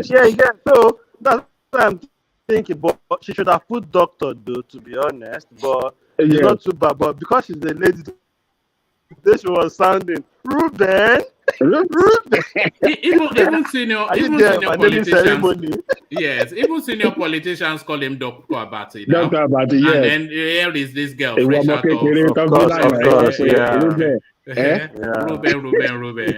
You say, oh, it's okay. Sorry. Look at that. So to you, Solly. So what's it called? DINO MELAYE alerting us to doomsday to come. But I've been saying this thing since now. I've been saying it since that this is what is going to happen. But nobody wants to listen to me. You need to put on some weight, Solly. You need to put on some weight. Me, I don't care. I already know what's going to happen. Buhari has to secure his exit. You keep on saying APC, these people are predictable, but at the end of the day, do they? What's that? No, that's go on. Yeah, do they get whatever they want to do done? Yes. Do people cry? Yes, and they forget about it after a few days. People from the last train, this thing, they are still out there though, So you just get outrage of it. This guy, you have to think of the person, the people in power. You are thinking too much about the people. And it's not as if he doesn't care about the issues of the people, because no matter what chaotic things they do, they always make sure that at the last minute they bottle it up. They don't always let it go totally out, because if they were going to lose power, they would have lost it already before the end of this regime. They always know how to bottle things up at the last minute. So he's going to choose his successor because this guy needs protection. It's easy for you people to say because you lived through that time, you feel like you know these people more than us. But we too, we can just go read small history, watch small documentary, and know these people too. But you don't know the new people that are coming up. You didn't see all the moves that they've made. I said Tinubu is out of touch. Some people said it's a lie. Okay, me, I knew him when he was at his top. I've seen some people come and very sly, very slick with their words. But you won't hear all these things because they are brand new to you. We grew up with this kind of governors, this kind of senators, this kind of new politicians. But you guys don't really know them that much. So we don't know politicians in Nigeria. The new upcoming one. The fact that you are still playing down fire, tells a lot. But No, anyway, Fayemi is not a new paradigm. yes, but you don't. Fayemi is, To me, I see Fayemi on that level as Tinubu was back then when Tinubu was in his prime. no, But you don't see it. Fayemi is Okay. okay. Well, you know what? Maybe I just don't see it. You may well be right. Yeah. Yes, so Yeah. you don't see it. I see it because I know what I've seen, with my Yes. own two eyes. Yes. So, Buhari is going to, like I said, I've said this before. If it's not Tinubu, it's going to be somebody Buhari picks because he's trying to secure his exit. I don't believe he's going to any PDP, any Atiku, any this thing. APC is going to keep power. It favors everybody in APC because everybody in APC has, one thing that can land them in jail very easily. So they rather let the party succeed, at least nobody's coming after them, than give it to another party because of Fulanization agenda. Doesn't make sense. Everybody will go down. Nobody is really secure like that in that kind of move. What you are just panicking, shouting, screaming that Fulani is coming back, Fulani is coming back. You think these people too don't know that the country wants a southern president? That the country is, so you think Buhari will give all his somebody give it back to Fulani? How does that protect him? The country will be in chaos. How does that protect him? He has to think of himself first. You are forgetting what happened to this guy the last time he left power.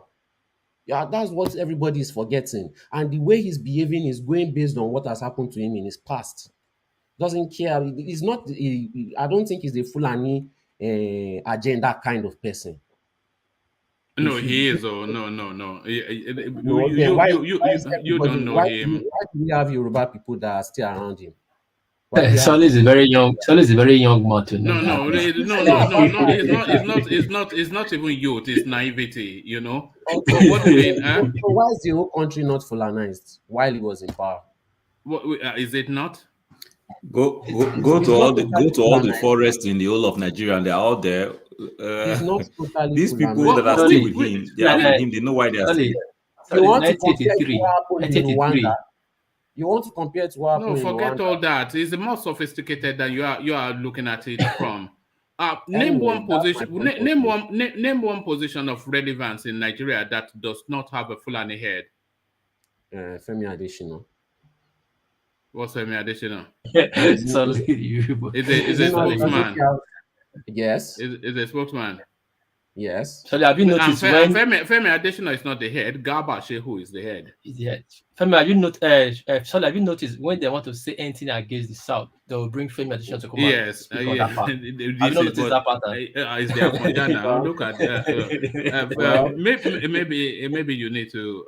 Well, I believe he did that because he's looking to protect himself. It's the people that is around him that he trusts the most. So and they are Fulanis. Exactly. So I'm not saying that's why I don't believe that. If not, the whole country would have been Fulani. Don't worry. You don't know. Look, when you say the whole country would have been Fulanized, the whole country has been Fulanized because every position that has any impact on the country is Fulani held. So it doesn't matter that the crumbs go to you. The Nigerian Ports Authority is Fulani headed. The Immigration Services is Fulani headed. The military, the army, all the security agencies, the DSS is Fulani headed. The EFCC is Fulani headed. So all of the positions that matter, that can move the state, they are Fulani headed. So whether they give you Minister of Works to be go and be building road, even the roads that they are building it in their region. So I don't know what your understanding is. All those places that you say are Fulani headed. Which majority of people apply for those positions? Isn't it mostly Fulani people that apply for those positions? What do you mean apply? They are appointed positions. Okay, they are appointees. Who is majority? Where are you from? I can't allow this level of naivety now. Let's use police and army for example. How many people if you put it based on tribe? Okay, stay in that space. The Inspector General of Police that we should have is a man from Bayelsa State, because the Police Service Commission, they have an order of hierarchy to that space, and when they have a retirement bar as well. So when the last one, which was a Fulani, hit the retirement bar, the next person that qualified, both in age, terms of service, disciplinary record, all of the things that they look at to appoint, is a man from Bayelsa. They sideswiped this guy, retired a lot of people, and installed a Fulani person. Same thing in the army, same thing in the DSS. This is what is going on now. This is what is going on. You do not know. So do you sorry, believe not that? not only that they put not only that they put number one man Fulani in that ministry, the first 20 important position is occupied by Fulani. The accountant, the DG, the important position in that company. Yes, and the accounts, they control it. They control it. You don't know what's going on. My cousin is in NECO, Nigeria. You see the Fulani people that is there. He's level 14, qualified to be a permanent sec. But you see one small boy from Abroad caught today, tomorrow making level 12. Before you know, he's a permanent sec. The first 30 people there are Fulani. So tell me how we get to his turn.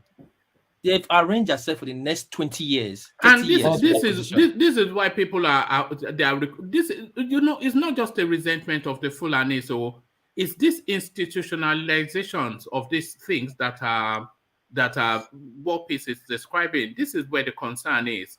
But okay, so I want to solely I want to tell you why. One that reason is that why do you think that in Oyo, in Edo State, in the East, that they will cash a Fulani man, and the leader and the security leader in that area will tell you that there's nothing we can do. They are going to call us now and say we should release him.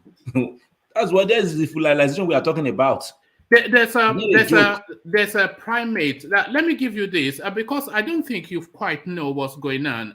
Sorry, and I'm not being patronizing, but I get the sense that you may not know, which is not a fault. It's just, not knowing is not a fault. It's just not knowing. I'm looking for a story that I wanted to bring, but I abandoned. It's the story of a primate in the eastern region that was kidnapped by the bandits. So I can't find the story, but I sort of read it somewhat. It was three of them. I mean, the one that was talking yesterday was the one that was sent from Lagos to the east for an assignment. What was that? And three of them were kidnapped.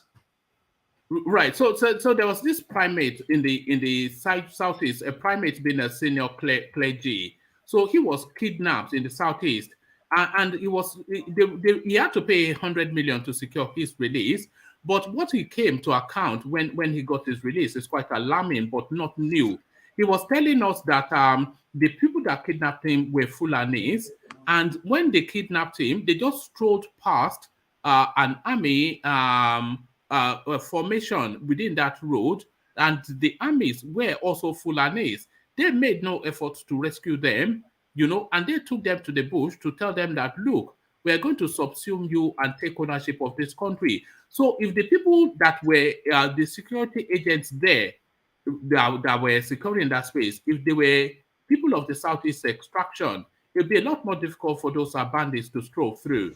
But it's just, look, man, we're living in dark times, dark times. What does that tell you now about the unknown government killing those security people in security posts?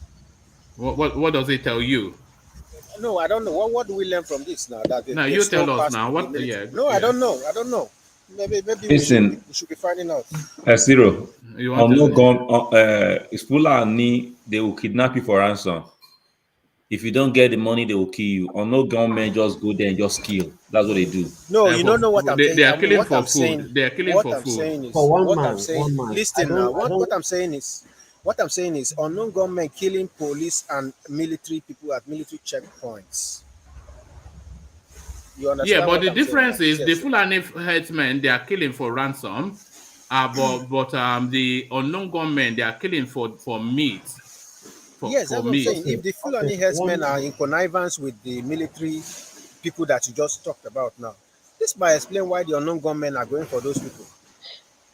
All right, let's get back to Solly, who is losing patience. Yeah, back to you, Solly. Yeah. One man, I don't see how the story of somebody getting kidnapped and passing by the army has to do with Buhari's Fulanization agenda.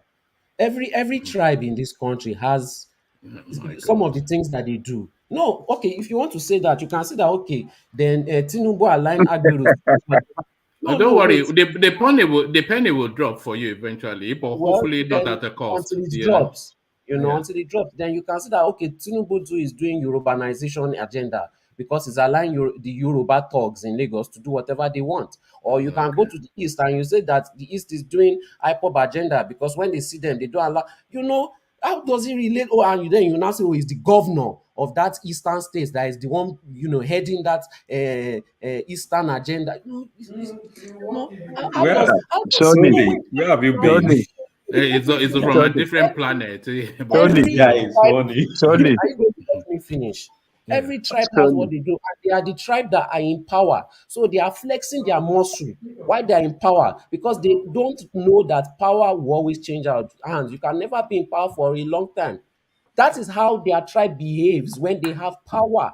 They are power Really? drunk. That is just all it is. How is him giving it to Atiku going to favor him? I still don't see that. You say it's Fulanization agenda, but is the country going to be stable if another Fulani man enters power again? You think everybody in the south is going to sit down and fold their hands, including the people in power? The country is going to scatter. That's how I see it. You are just going based on panic and fear and and Sully, Sully, Solly. Sully, Hold on. Sully. Let's only go on. establishing the Yeah. whole venue on something that has not happened yet. If it's going to happen, then it will happen. But you can't just talk and say act like it has already happened. This is how You you have to just wait for the worst to happen, right, before you start taking up action. you will be cautious, but you will not start taking action based on what has not happened. Has it happened? But you are talking like it has happened already. Do you know how Nigeria is constituted? Do you know how many tribes and nations that we have within that Nigeria state? Yes, we have a lot. We have a lot. We have a lot. Okay, so you want to subscribe to one tribe to dominate the other? It's not Is that subscribing. It's not subscribing. They are good in so? politics. They are good in politics, whether you like it or not. Whether it's through gra or aggression, they understand the playing fields and they play towards that. We want to be doing, let's be acting like gentlemen. Let's be acting, and they will beat us hands down. If you go to a playground, you No, see a no. bully. This is not No, a matter of wait. look. You see Hold a on, hold on. bully and you want to play The, fair and you think the, that you will win. You are the naive one. They are good no, at wait. what. That is why they retain power, not because of any agenda, just because they are playing it Do better you than know? you. Do you know that constitution of a country This is how they have to beat you. be? Hold Start on. bringing Okay, constitution. hold You want on. to start Hold on. they When you have a government that does not follow the constitution, how does that look to you? So you want the rest of the nation to allow that government to continue to violate the constitution, and people should not stand up. People, particularly people from other parts of the country, when the constitution says, "Okay, let us abide by what do you call this thing in the constitution, woman? What do you call this? Federal character. Federal character." And the president is not complying fully to that federal character on the basis of the equity. So, and you said others should not be worried or should not talk. Okay, can I reply? Yeah, reply. It is naive of the person to look at that playing ground and think that the president will agree in the first place. You know the definition of madness? Doing the same thing over and over and over again and expecting a different result. You don't understand your playing field. When in Rome, behave like the Romans. If I go to Computer Village, you think I'll be wearing all these things I'm wearing? I'll wear a torn shirt, I'll wear my rubber slippers, and I'll go and buy whatever I want to buy. Will I go there and start wearing suit and start wearing gold watch? And you don't know your playing field. And you come here and you cry and complain that somebody is beating you all the time. When you are going there with naivety and expecting them to play on the same level as you. Why? Why should they? If I'm winning, why would I be on the same level as you? Solly, I'm can going to ask you a question. Okay. We had Obasanjo there as the president, and we have had Jonathan there. Did you see people from the southwest, all over in the east, in the north, fighting and taking over their spaces? Did you see people from Bayelsa, from the south going everywhere? And that's what we are talking about. I don't understand where you. I mean, you have to go to this. How do you relate that to Buhari as a person? No, because you are saying that. Hold on. Let's go. No, I'm asking you a question. You are saying what his people are doing?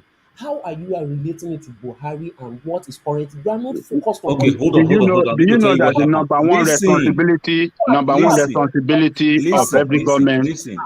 Listen. I'm going to tell you what. Explain politics for his life. You're just talking about politics. We are talking about these people. They are terrorizing. I'm telling you, they are terrorizing the whole nation. You are talking about politics. They relate it. Relate what you are saying because you are not relating it. Hold on, Solly. Hold on. Hold on. Let me just call to the audience. We have so can you hold on, please?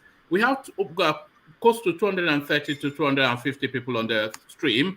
We're trying to hit 100 likes. So if you help us hit 100 likes very quickly, so that the conversation can flow, so that I don't keep interrupting to ask you to hit the like button. So hit the like button and help us. I think we're about 25 from that 100 mark that we set. So hit the like button and then I can shut my mouth. So yeah, Brownberry or whoever was.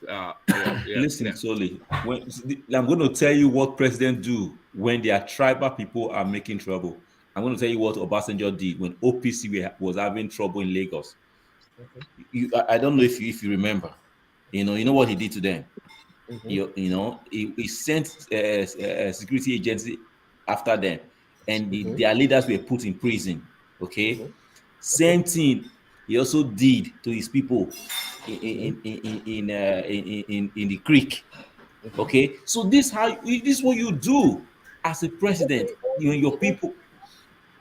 What we are telling you is that these people are getting this.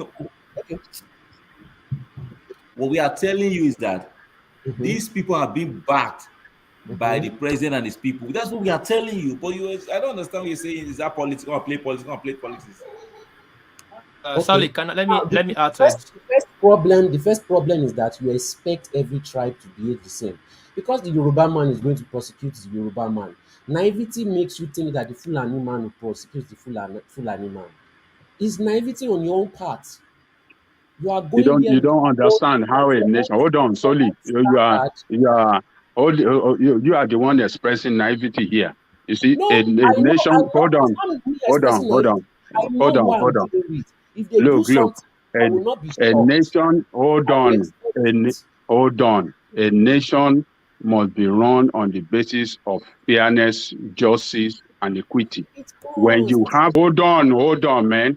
When you have a president that people elected to carry out that responsibility and is failing consistently to do that, but rather playing favorism, doing everything, to advance his own people, put his own people in all the strategic positions in the country. All the security networks in that country are manned by Fulani man. And you would think that is okay. And you say that, he's playing, hold on. And you say, he's playing politics, and you say he's playing good politics. We are naive. No. Yeah, that is what I mean. What you are saying, you don't want to blame him for this what do you call it? The problem of kidnapping that we see being carried out by mostly by mostly by Fulani herdsmen. But so instead this man, what do you say? He's responsible for his whole tribe. Don't you know he's the commander-in-chief of armed forces? Don't you know he's supposed to go after them? You can accept that. But when I say hold on. You are making my point now. So he can go after him in Nnamdi Kanu. He can go after Sunday Igboho, but he cannot go after all these criminals. And you say that is normal? It is tribe, and that is their nature. Oh, look at what you are saying again. Did I say it's Okay, right? one No. man, I mean, this is It's not. just like you're saying, Let me. look at this. Yeah. It's just like It's you're saying, that is you are changing it. That's their nature. Sorry, let me interject, please. You know, Please, and you are sorry, shocked. let me A lion ate interject. your friend. A lion did not eat his own cub, and you are shouting and you are shocked. Sorry, That's let the me nature of interject, lion. please. I'm not saying Can you it's hear right. me, or I'm am just I hearing saying you are myself? the one that is being naive. You and that friend were the naive ones to go and meet that lion, expecting the lion not to eat you just because the lion is not eating his own cub. Sorry, can you hear me? You expect the lion to be equal with you and that cub. Sorry, can you hear me? Okay, I can hear you. Okay, That's our problem with the South. hold on, I thought I was hearing myself. Sorry, let me just give you a little recap. 1999, Ambassador was the president of Nigeria. Now up to like 2 years. Hold on now, relax. You talk now. Everybody listen to you. Now up to 2 years. Hold on now. You can't know it all. It just is your opinion. Ambassador was president. Now up to 2 years. They formed Sharia law. OPC was formed too. Ambassador went after OPC. What happened in North? They resisted Ambassador strongly. Okay. The ambassador left there. Yaradua came. Boko Haram was formed. One way or the other, they went after Boko Haram on their capacity, but to make them stronger. Brought down to Jonathan regime, became very strong, right? And this man came that he would deal with them, and he's here now. It's worst. Okay. Now, hold on now.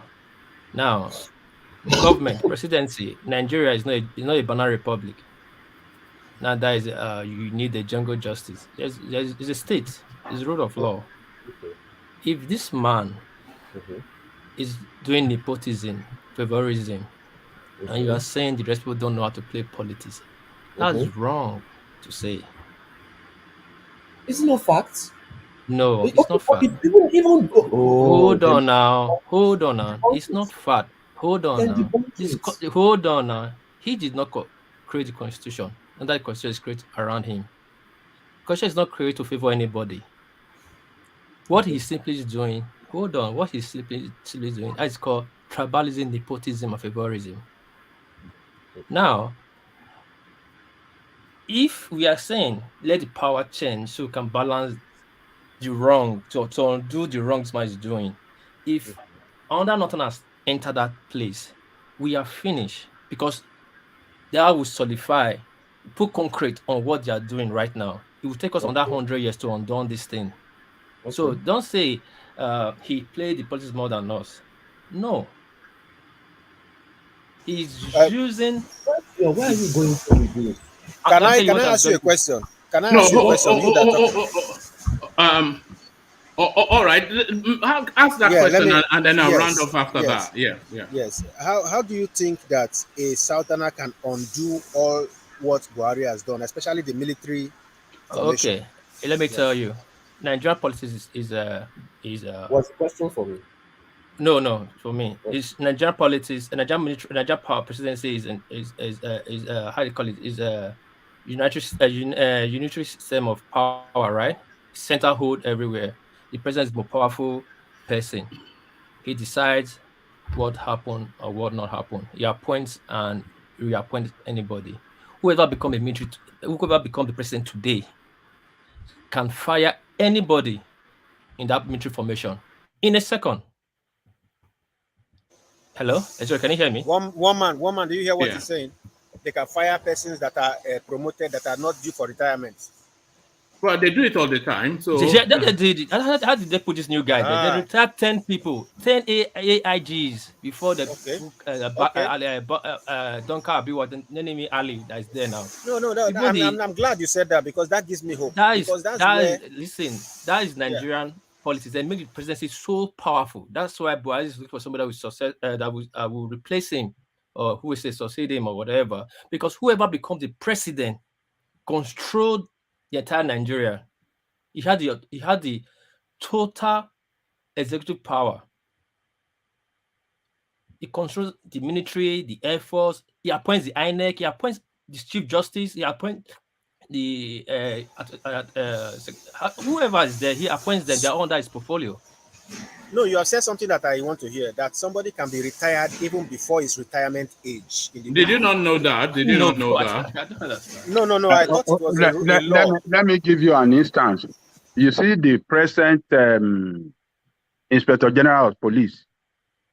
He was number 10 in line. All those that are above him, because they are not Fulani, this guy sack all of them in order to get this guy, in order to appoint him as Inspector General. How does that sound to you, Soli? Yeah. No, that's good. That's good. That gives me hope. How does that sound to you? So how does that sound to you, Soli? Is that not nepotism? Is playing politics so is that not tribalism? So well. I mean, no, that is not that is not playing politics well. That is purely nepotistic ideology, and we must not allow and favor it. We must not allow it. You say so, sorry.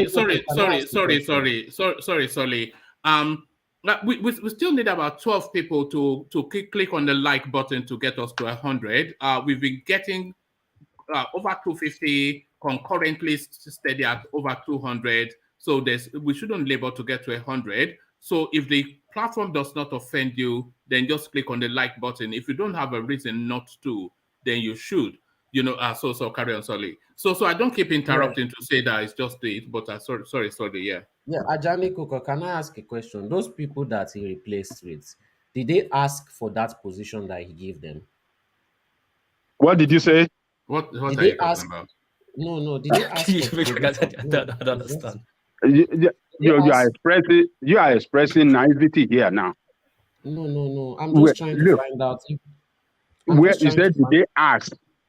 Yes. How can they ask when you have the structural line? There's number one, number two, number. Yes, look, I know. Number. Hold on now. Don't call in all your books. I swear, this hold Fulani on. People laugh at you when you start calling all your. You don't want to listen.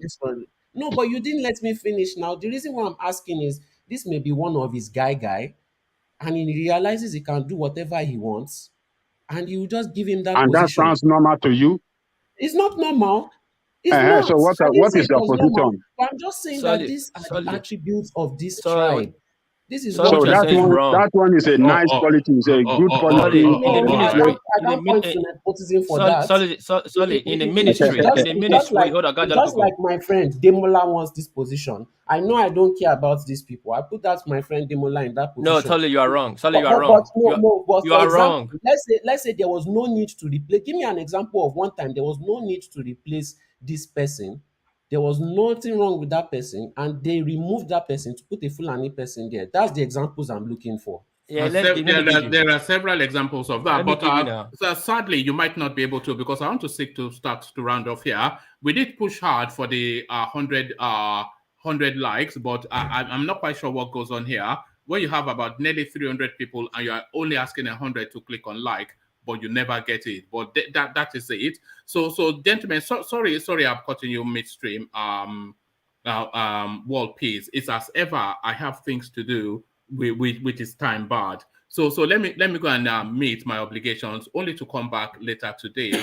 And then the conversation carries on. So I'll leave it there. And by the way, Solly, you made some solid points. So nobody disagree. Well, I exactly don't disagree with you in totality. They think I'm supporting him. No. I don't think anybody thinks that. But well, I don't think what I think is what I think. Not what. Let me not speak on behalf of other people. What I think is that you don't see the fullness of the roundness of it. But we'll go back to that talking spot, of course, because we always land there.